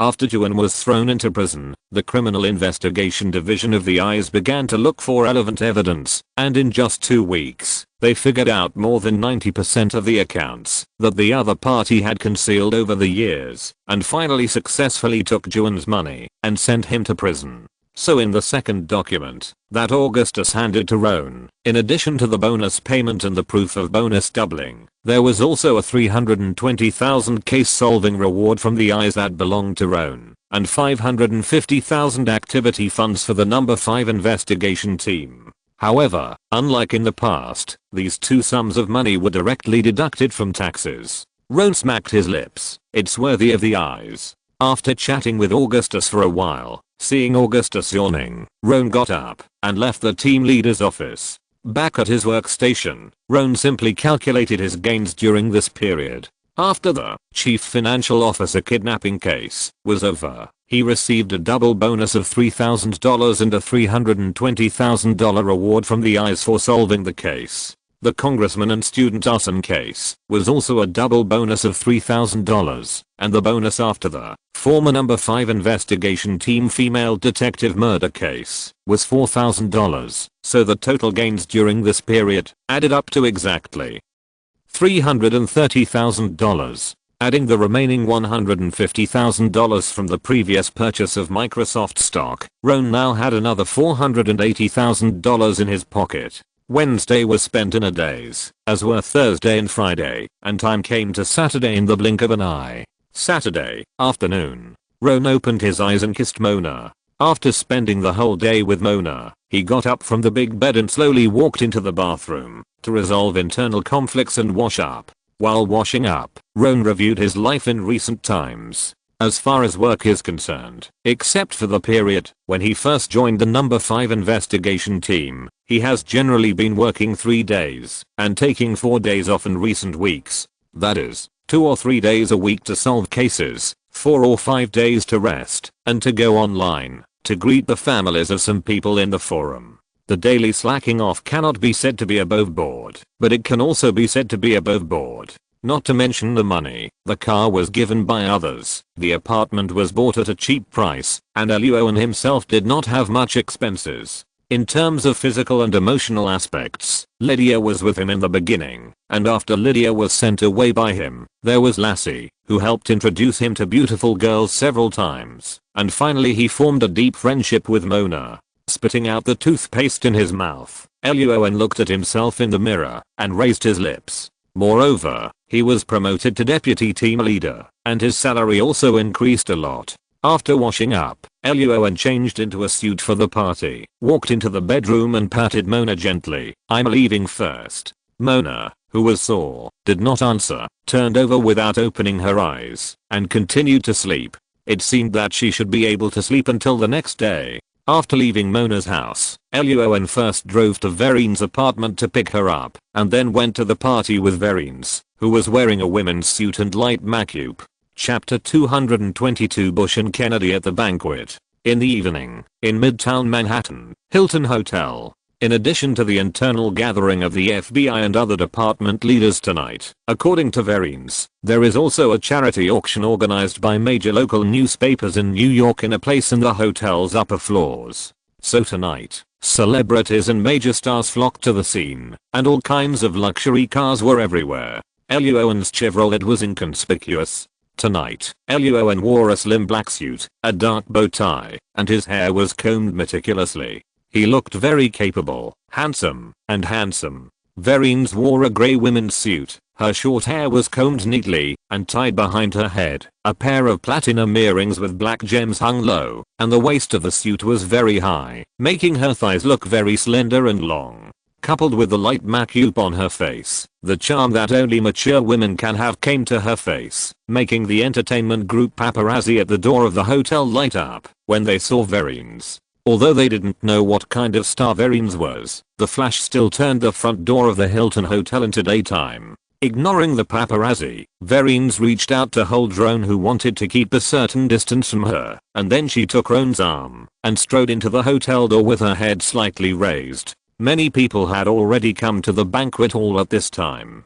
As soon as Verines and Roan walked in, the former Special Agent Director Corbett, who looked a little Mediterranean, came over. Accompanying him was a white woman in her 40s, wearing a blue dress, long brown hair, and with a strong aura. "Introduce me."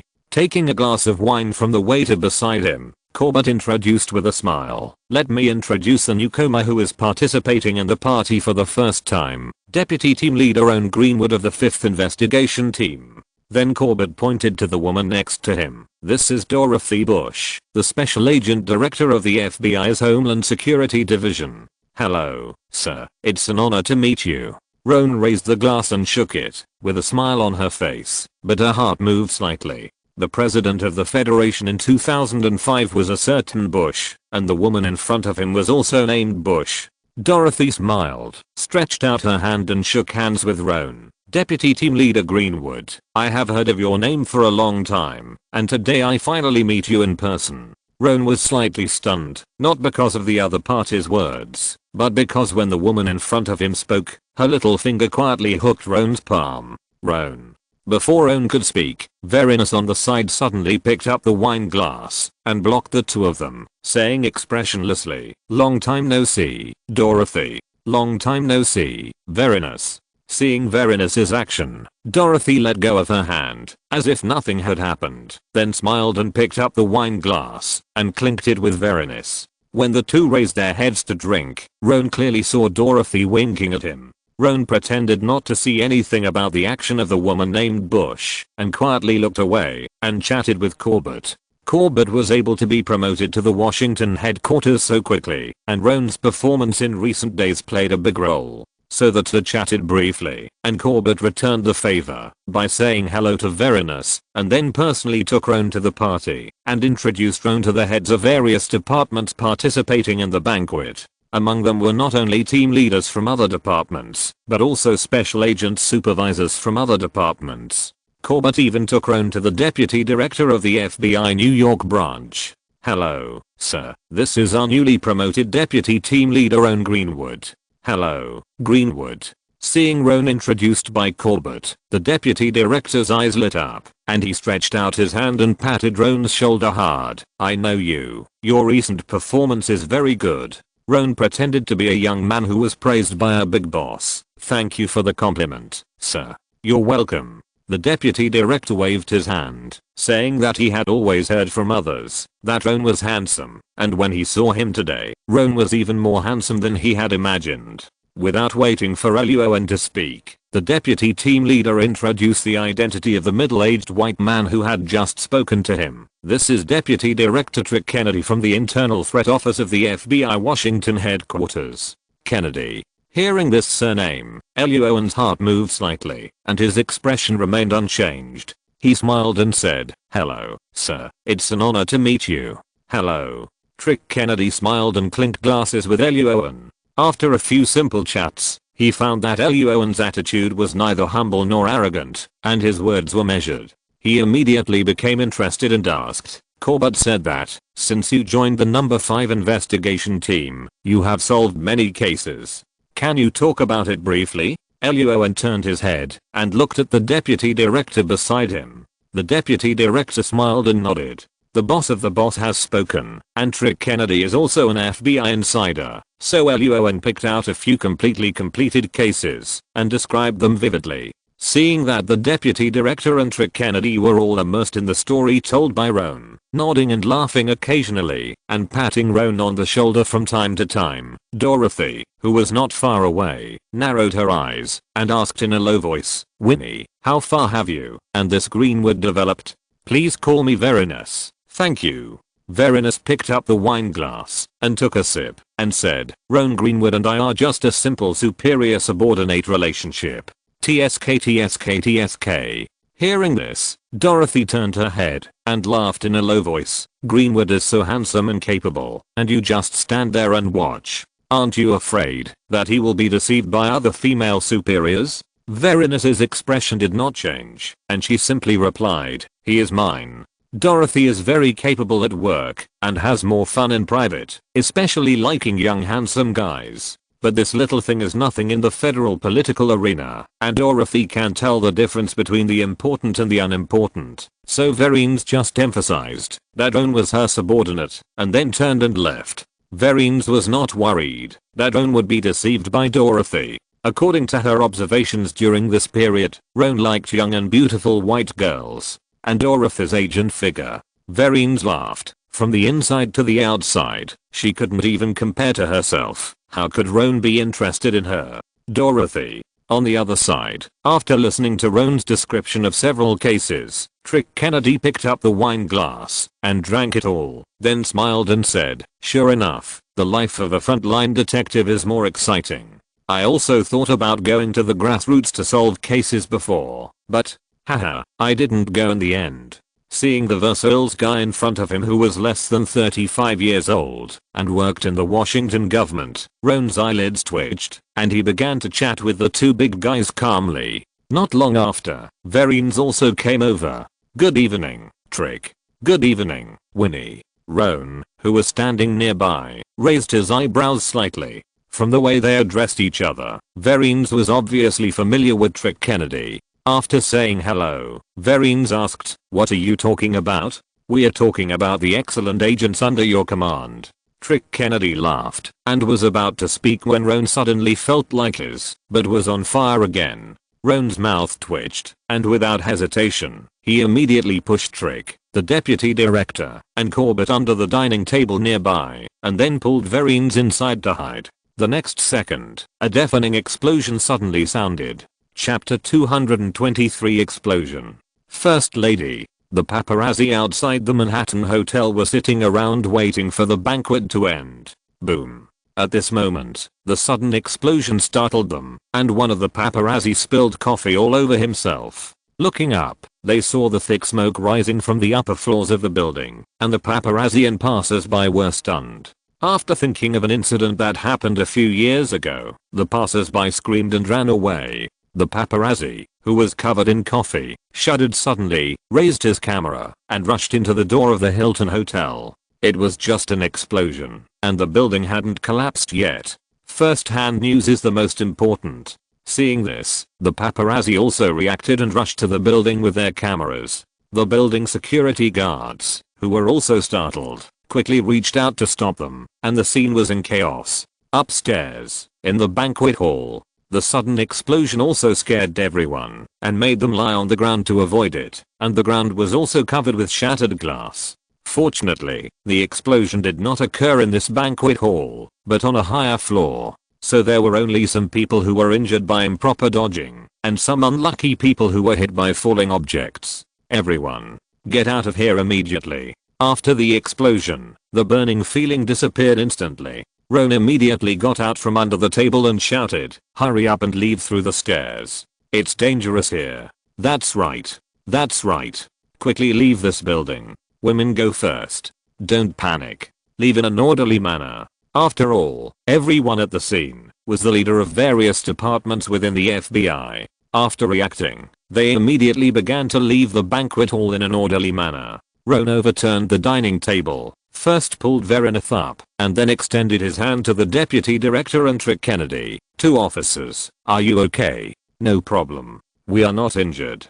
Trick Kennedy patted his thigh and stood up with Roan's hand. The deputy director felt a little pain in his butt. It should be, because he didn't react just now and was pushed to the ground by Roan. After all, he is old. Corbett also stood up quickly, and Vereen's beside him shook her phone. NYPD and SWAT have quickly arrived here and started to seal off the scene. Seeing this, Roan nodded and hurriedly said, "Several officers, please leave quickly." Then he put Vereen's in the front of the banquet hall. The 3 deputy directors twitched their mouths when they saw this, but Vereen's was a woman after all, and Roan had just protected himself and others, so the 3 did not say much and quickly followed Vereen's to the stairs. When he reached the stairs, Roan wanted to go upstairs to check the situation above. The explosion occurred on the upper floors, many floors away from here. A simple calculation of the distance showed that there should be a charity auction going on there. Roan wanted to go upstairs to see what was going on, and maybe he could get something. But just as Roan was about to turn around and go upstairs, he was tightly held by Vereen's and Trick Kennedy. The reason why Vereen's held Roan was simple, because she didn't want Roan, her capable subordinate, to take risks. Who knows what happened upstairs, and how many enemies there are. He is just an FBI agent, not a CIA agent. In Vereen's eyes, Roan's life is more important. The reason why Trick Kennedy held Roan was more complicated. Seeing Roan trying to go upstairs again and again, and remembering Roan's action of saving himself first, Trick Kennedy gritted his teeth and whispered in Roan's ear, "The First Lady is upstairs. It is much safer there than us. The wife of a certain Bush. When did she come? Why didn't I see the car?" Hearing this, Roan's mouth twitched, and he stopped talking about going upstairs and hurriedly followed the deputy director and the other 4 downstairs. Since there is the First Lady upstairs, it means that there must be people from the Federal Secret Service there. After all, their mission is to protect the federal president himself and his family. Now there has been an explosion there. Regardless of whether the First Lady is injured or not, Roan is sure that the Secret Service is absolutely going crazy. It is better not to wade into the muddy water there at this time. God knows what the Secret Service will do when they are going crazy. As expected, when Luo An followed Deputy Director Verinas and the other 2 to the first floor of the Hilton Hotel, they found that the outside of the hotel had been completely blocked by the NYPD and SWAT. But before everyone could leave, a bunch of guys in black uniforms rushed out from nowhere, surrounded everyone, and lined up to carefully check their identities. Fouquet. Shit.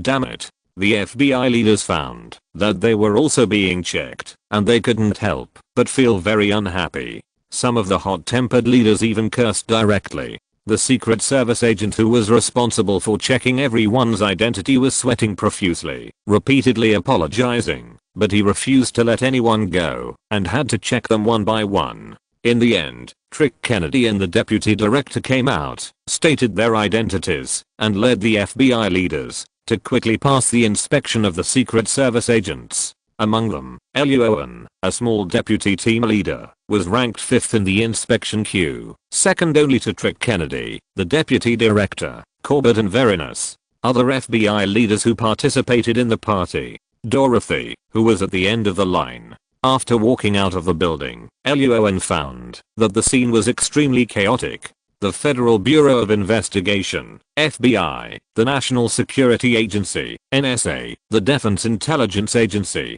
DIA, the Department of Homeland Security, DHS, and many other departments all showed up and rushed to the scene to join in the celebration. Among them, the 2 chiefs of the New York Police Department, NYPD, and the New York Fire Department, FDNY, also came here, but they couldn't squeeze to the front at all, so they could only shout loudly with a loudspeaker at the back. Seeing the scene where at least 10 leaders were killed by a brick, Luo An was very emotional. This lineup and configuration are almost comparable to the day when the plane crashed into the building. If the mastermind behind the bomb just now also placed a bomb here, then, after simulating the scene after the bomb exploded in his mind, Luo An's mouth twitched, and he couldn't help but shudder. Roan's body trembled, and Vereen saw it. She frowned slightly, patted Roan's arm, and asked, "How is it? Are you injured?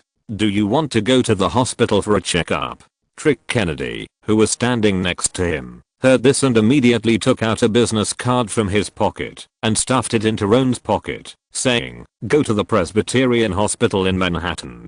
The vice president there is my uncle. Take out this business card and you can get a free checkup. Hearing this, Roan, who was about to say a few polite words, silently stuffed the business card into his pocket. As expected of a member of the Kennedy family, their relatives and friends are everywhere in the Federation. Such a big thing happened, and the whole of New York was shocked. Not long after, the agents of the 5th investigation team also rushed to the scene. Among them, Mona was the fastest. Although she had not recovered well, her legs were a little weak, and her arms were a little trembling, she still rushed to the scene to check on Roan's condition.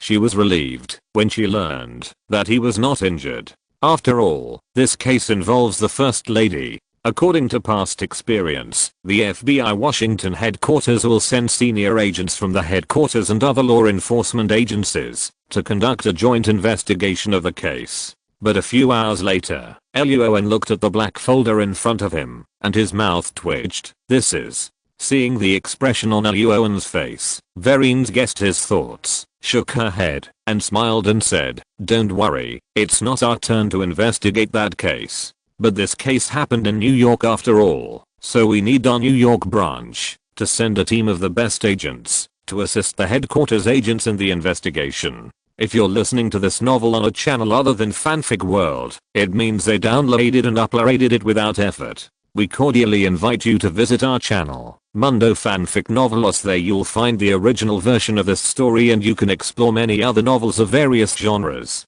We're waiting for you to immerse yourself in a world of incredible novels. Chapter 224, The Truth of the Case and the Bomb. Hearing Verines praising investigation team number 5 as the best team of agents in the FBI New York branch, Luo An's mouth curled up slightly, feeling a little happy. However, closing the folder, Luo An raised his head with a serious face.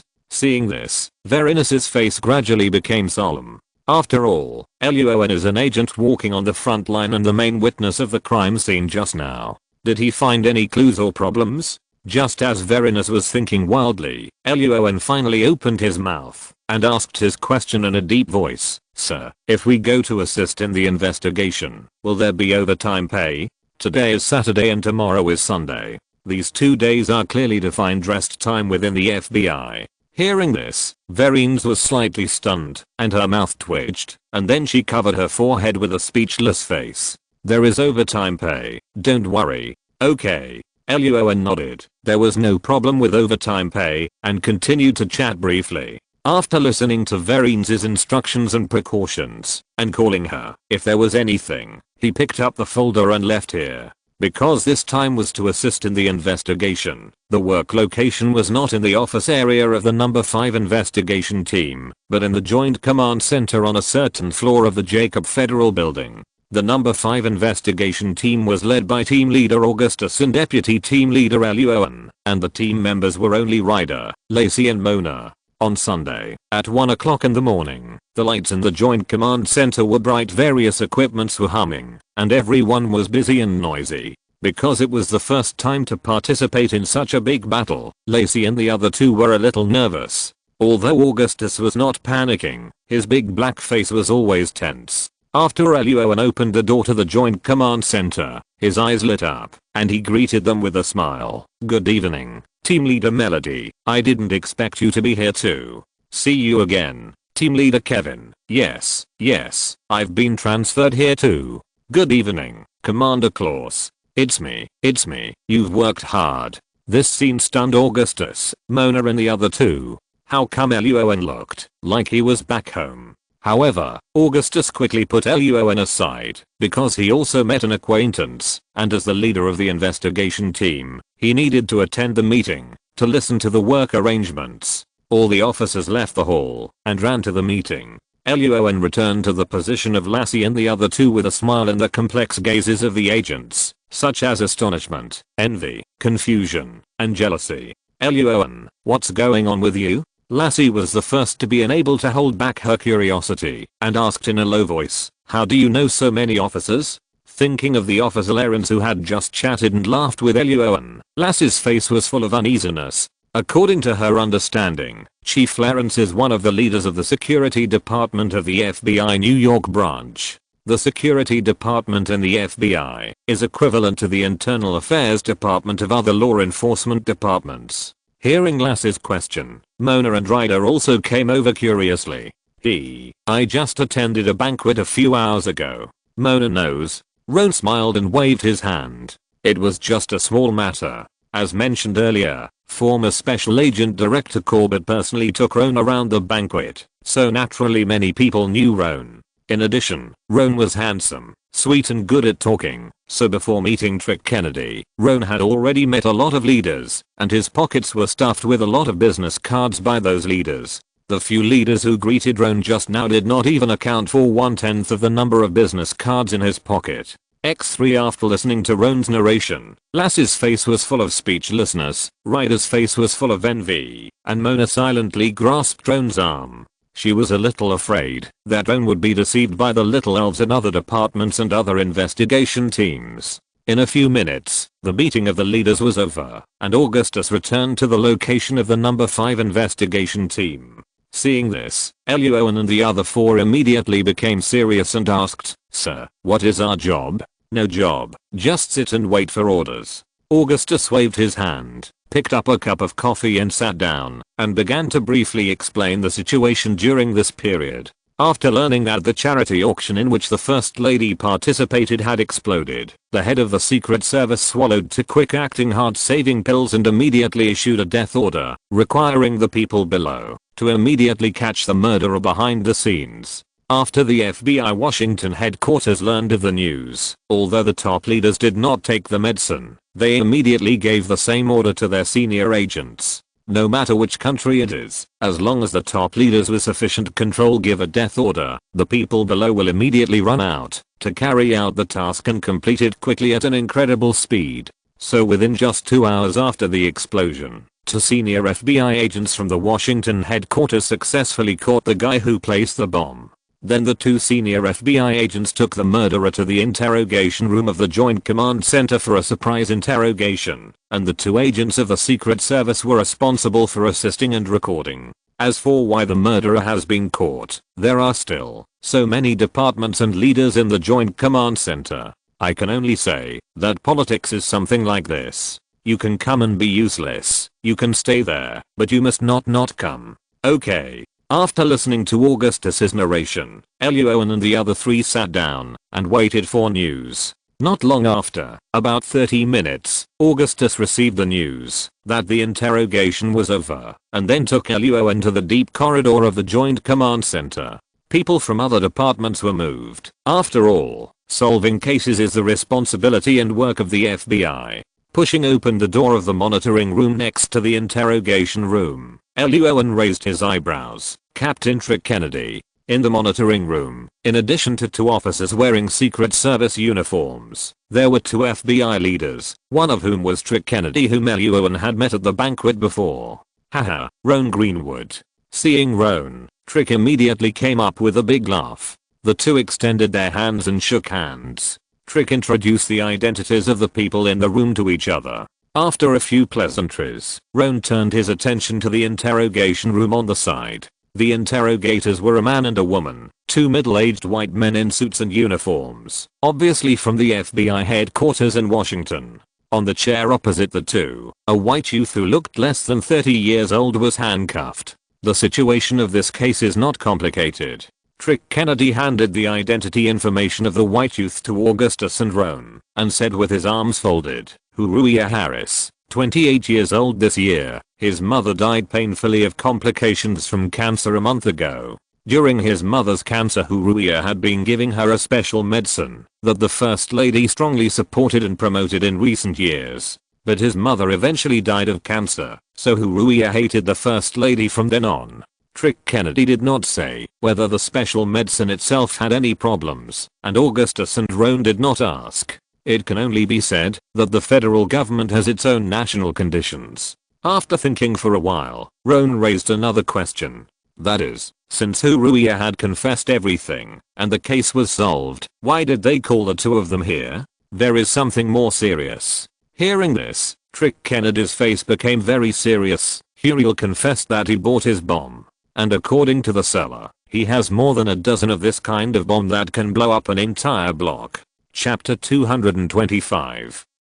2 million US dollars. What? A dozen? Hearing Trick Kennedy's words, Augustus was shocked by the number of bombs held by the seller, while Roan frowned and immediately asked, "What is the material of the bomb? Have you detected it?" Roan was not sure whether the seller was bragging, but the high-rise rooms of the Hilton Hotel had completely turned into ruins. The specific number of casualties has not been announced, but Roan has learned from Lassie that dozens of high-end rooms in a high-end hospital in New York where a female friend of hers works are already full. The material of the bomb is C4 explosives. As soon as Roan asked the question, the door of the monitoring room was pushed open, and two middle-aged white men and women walked in to answer the question. The two were the FBI agents from the Washington headquarters who were responsible for interrogating Huruia. A man and a woman stretched out their hands with a smile. "Hello, my name is Levis." "Hello, Valita." Augustus stretched out his hand and shook hands with the two. When it was Roan's turn, Valita smiled slightly, and Levis also raised his eyebrows.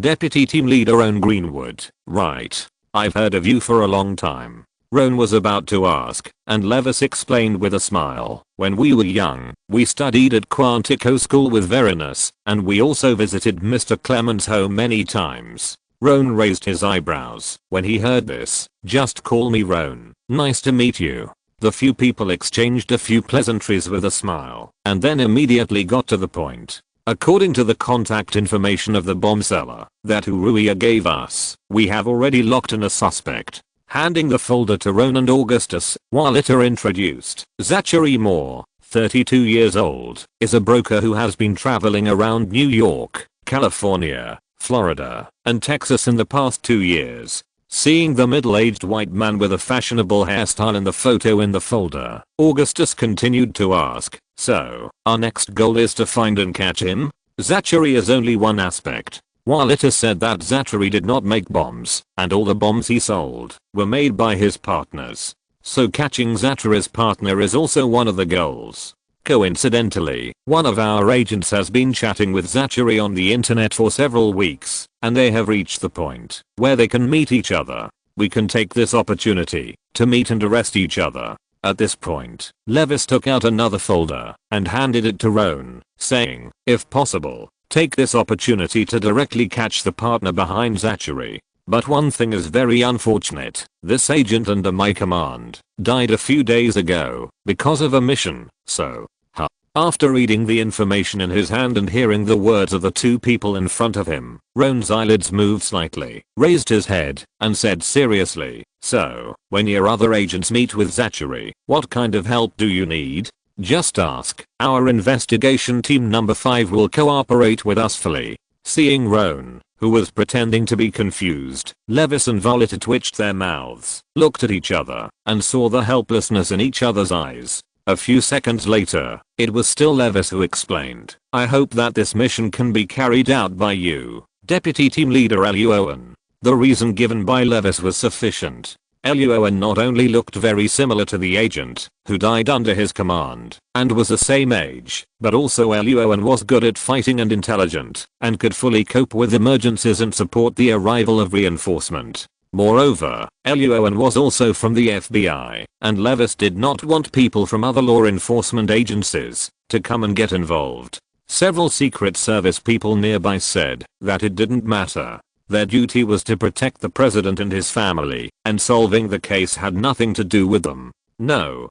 Before Roan could answer, Augustus next to him shook his head repeatedly to refuse. Roan does not have enough experience in disguise missions, and his face has been on TV and newspapers in the New York area. This mission is not suitable for him. I have seen Agent Roan's grades in school, and his disguise project score is not low. Moreover, we can set the meeting place in California, and with our MacUp expert to help Roan with MacUp, the probability of Zachary discovering Roan's true identity is very low. After Levis finished speaking, he saw that Augustus was about to shake his head and say something, so he immediately turned his eyes to Roan. "Roan, what do you think?" Augustus paused. If Roan himself agreed, he really couldn't do anything. Seeing Augustus' eyes full of rejection and worry, Roan smiled and asked, "Before answering this question, can I make a phone call first?" Of course. Seeing the other party nod with a smile, Roan immediately walked out of the room, took out his mobile phone, and sent a message to Mona. The message contained the name of the agent who had died as mentioned by Levis. Roan hoped that Mona could find out the details of the other party as quickly as possible. Then Roan called Verines again and briefly described the situation here. Verines asked Roan to wait for a moment and immediately hung up the phone. Deep in the corridor, Roan was alone with his arms folded and his head bowed in thought. To be honest, Roan was not particularly opposed to this task. After all, it was not the most difficult task. Going undercover in the gang was just disguised as a criminal to meet the other party. In addition to his own skills and the medicine prescribed by the system in his mind, even if his true identity was discovered by the enemy, Roan was sure that he could escape smoothly. But Roan could never agree to it so directly. After all, before he came here, Verines said that they were assisting the other party in the investigation. If Roan did not say anything and followed the arrangement to carry out this task, how would the credit be calculated afterwards? On the other hand, Roan did not trust Levis and Valita very much. God knew whether the agent they mentioned was dead or not. Roan was always 100% alert to people coming out of Washington. Not long after, Mona sent a message saying that the agent had indeed died a few days ago and that his work records before his death did show him contacting Zachary to chat and fish for money. After reading Mona's message, Roan nodded and then Verines called him. "I suggest you go for this mission, Roan." Verines didn't waste any words and directly told Roan what she had investigated, including that the information about the dead agent was true and the issue of credit distribution afterwards. Verines promised that she would never let Roan's efforts go in vain. Not only that, Verines also got another piece of news. "I just learned from Mr. Clement in Washington that just now, a foundation under the First Lady took out $6 million to set up a new small foundation. $4 million of it will be used to help the passers-by who were injured in the bombing, and the remaining $2 million will belong to the law enforcement officers investigating the case." Hearing the amount of money and thinking of Verines' promise that she would never let her credit go to waste, Luo An's eyes suddenly brightened more than a flashlight. 2 hours later, Luo An, as the deputy team leader, led 3 agents from the 5th investigation team and together with Levis and Valita, boarded a plane to California. End of this chapter. Thank you very much for reaching the end. Don't forget to like. Looking for more exclusive content and immediate access? Subscribe to our Patreon. Remember, every like, subscription, or donation encourages us to continue. Thanks to everyone. See you in the next video.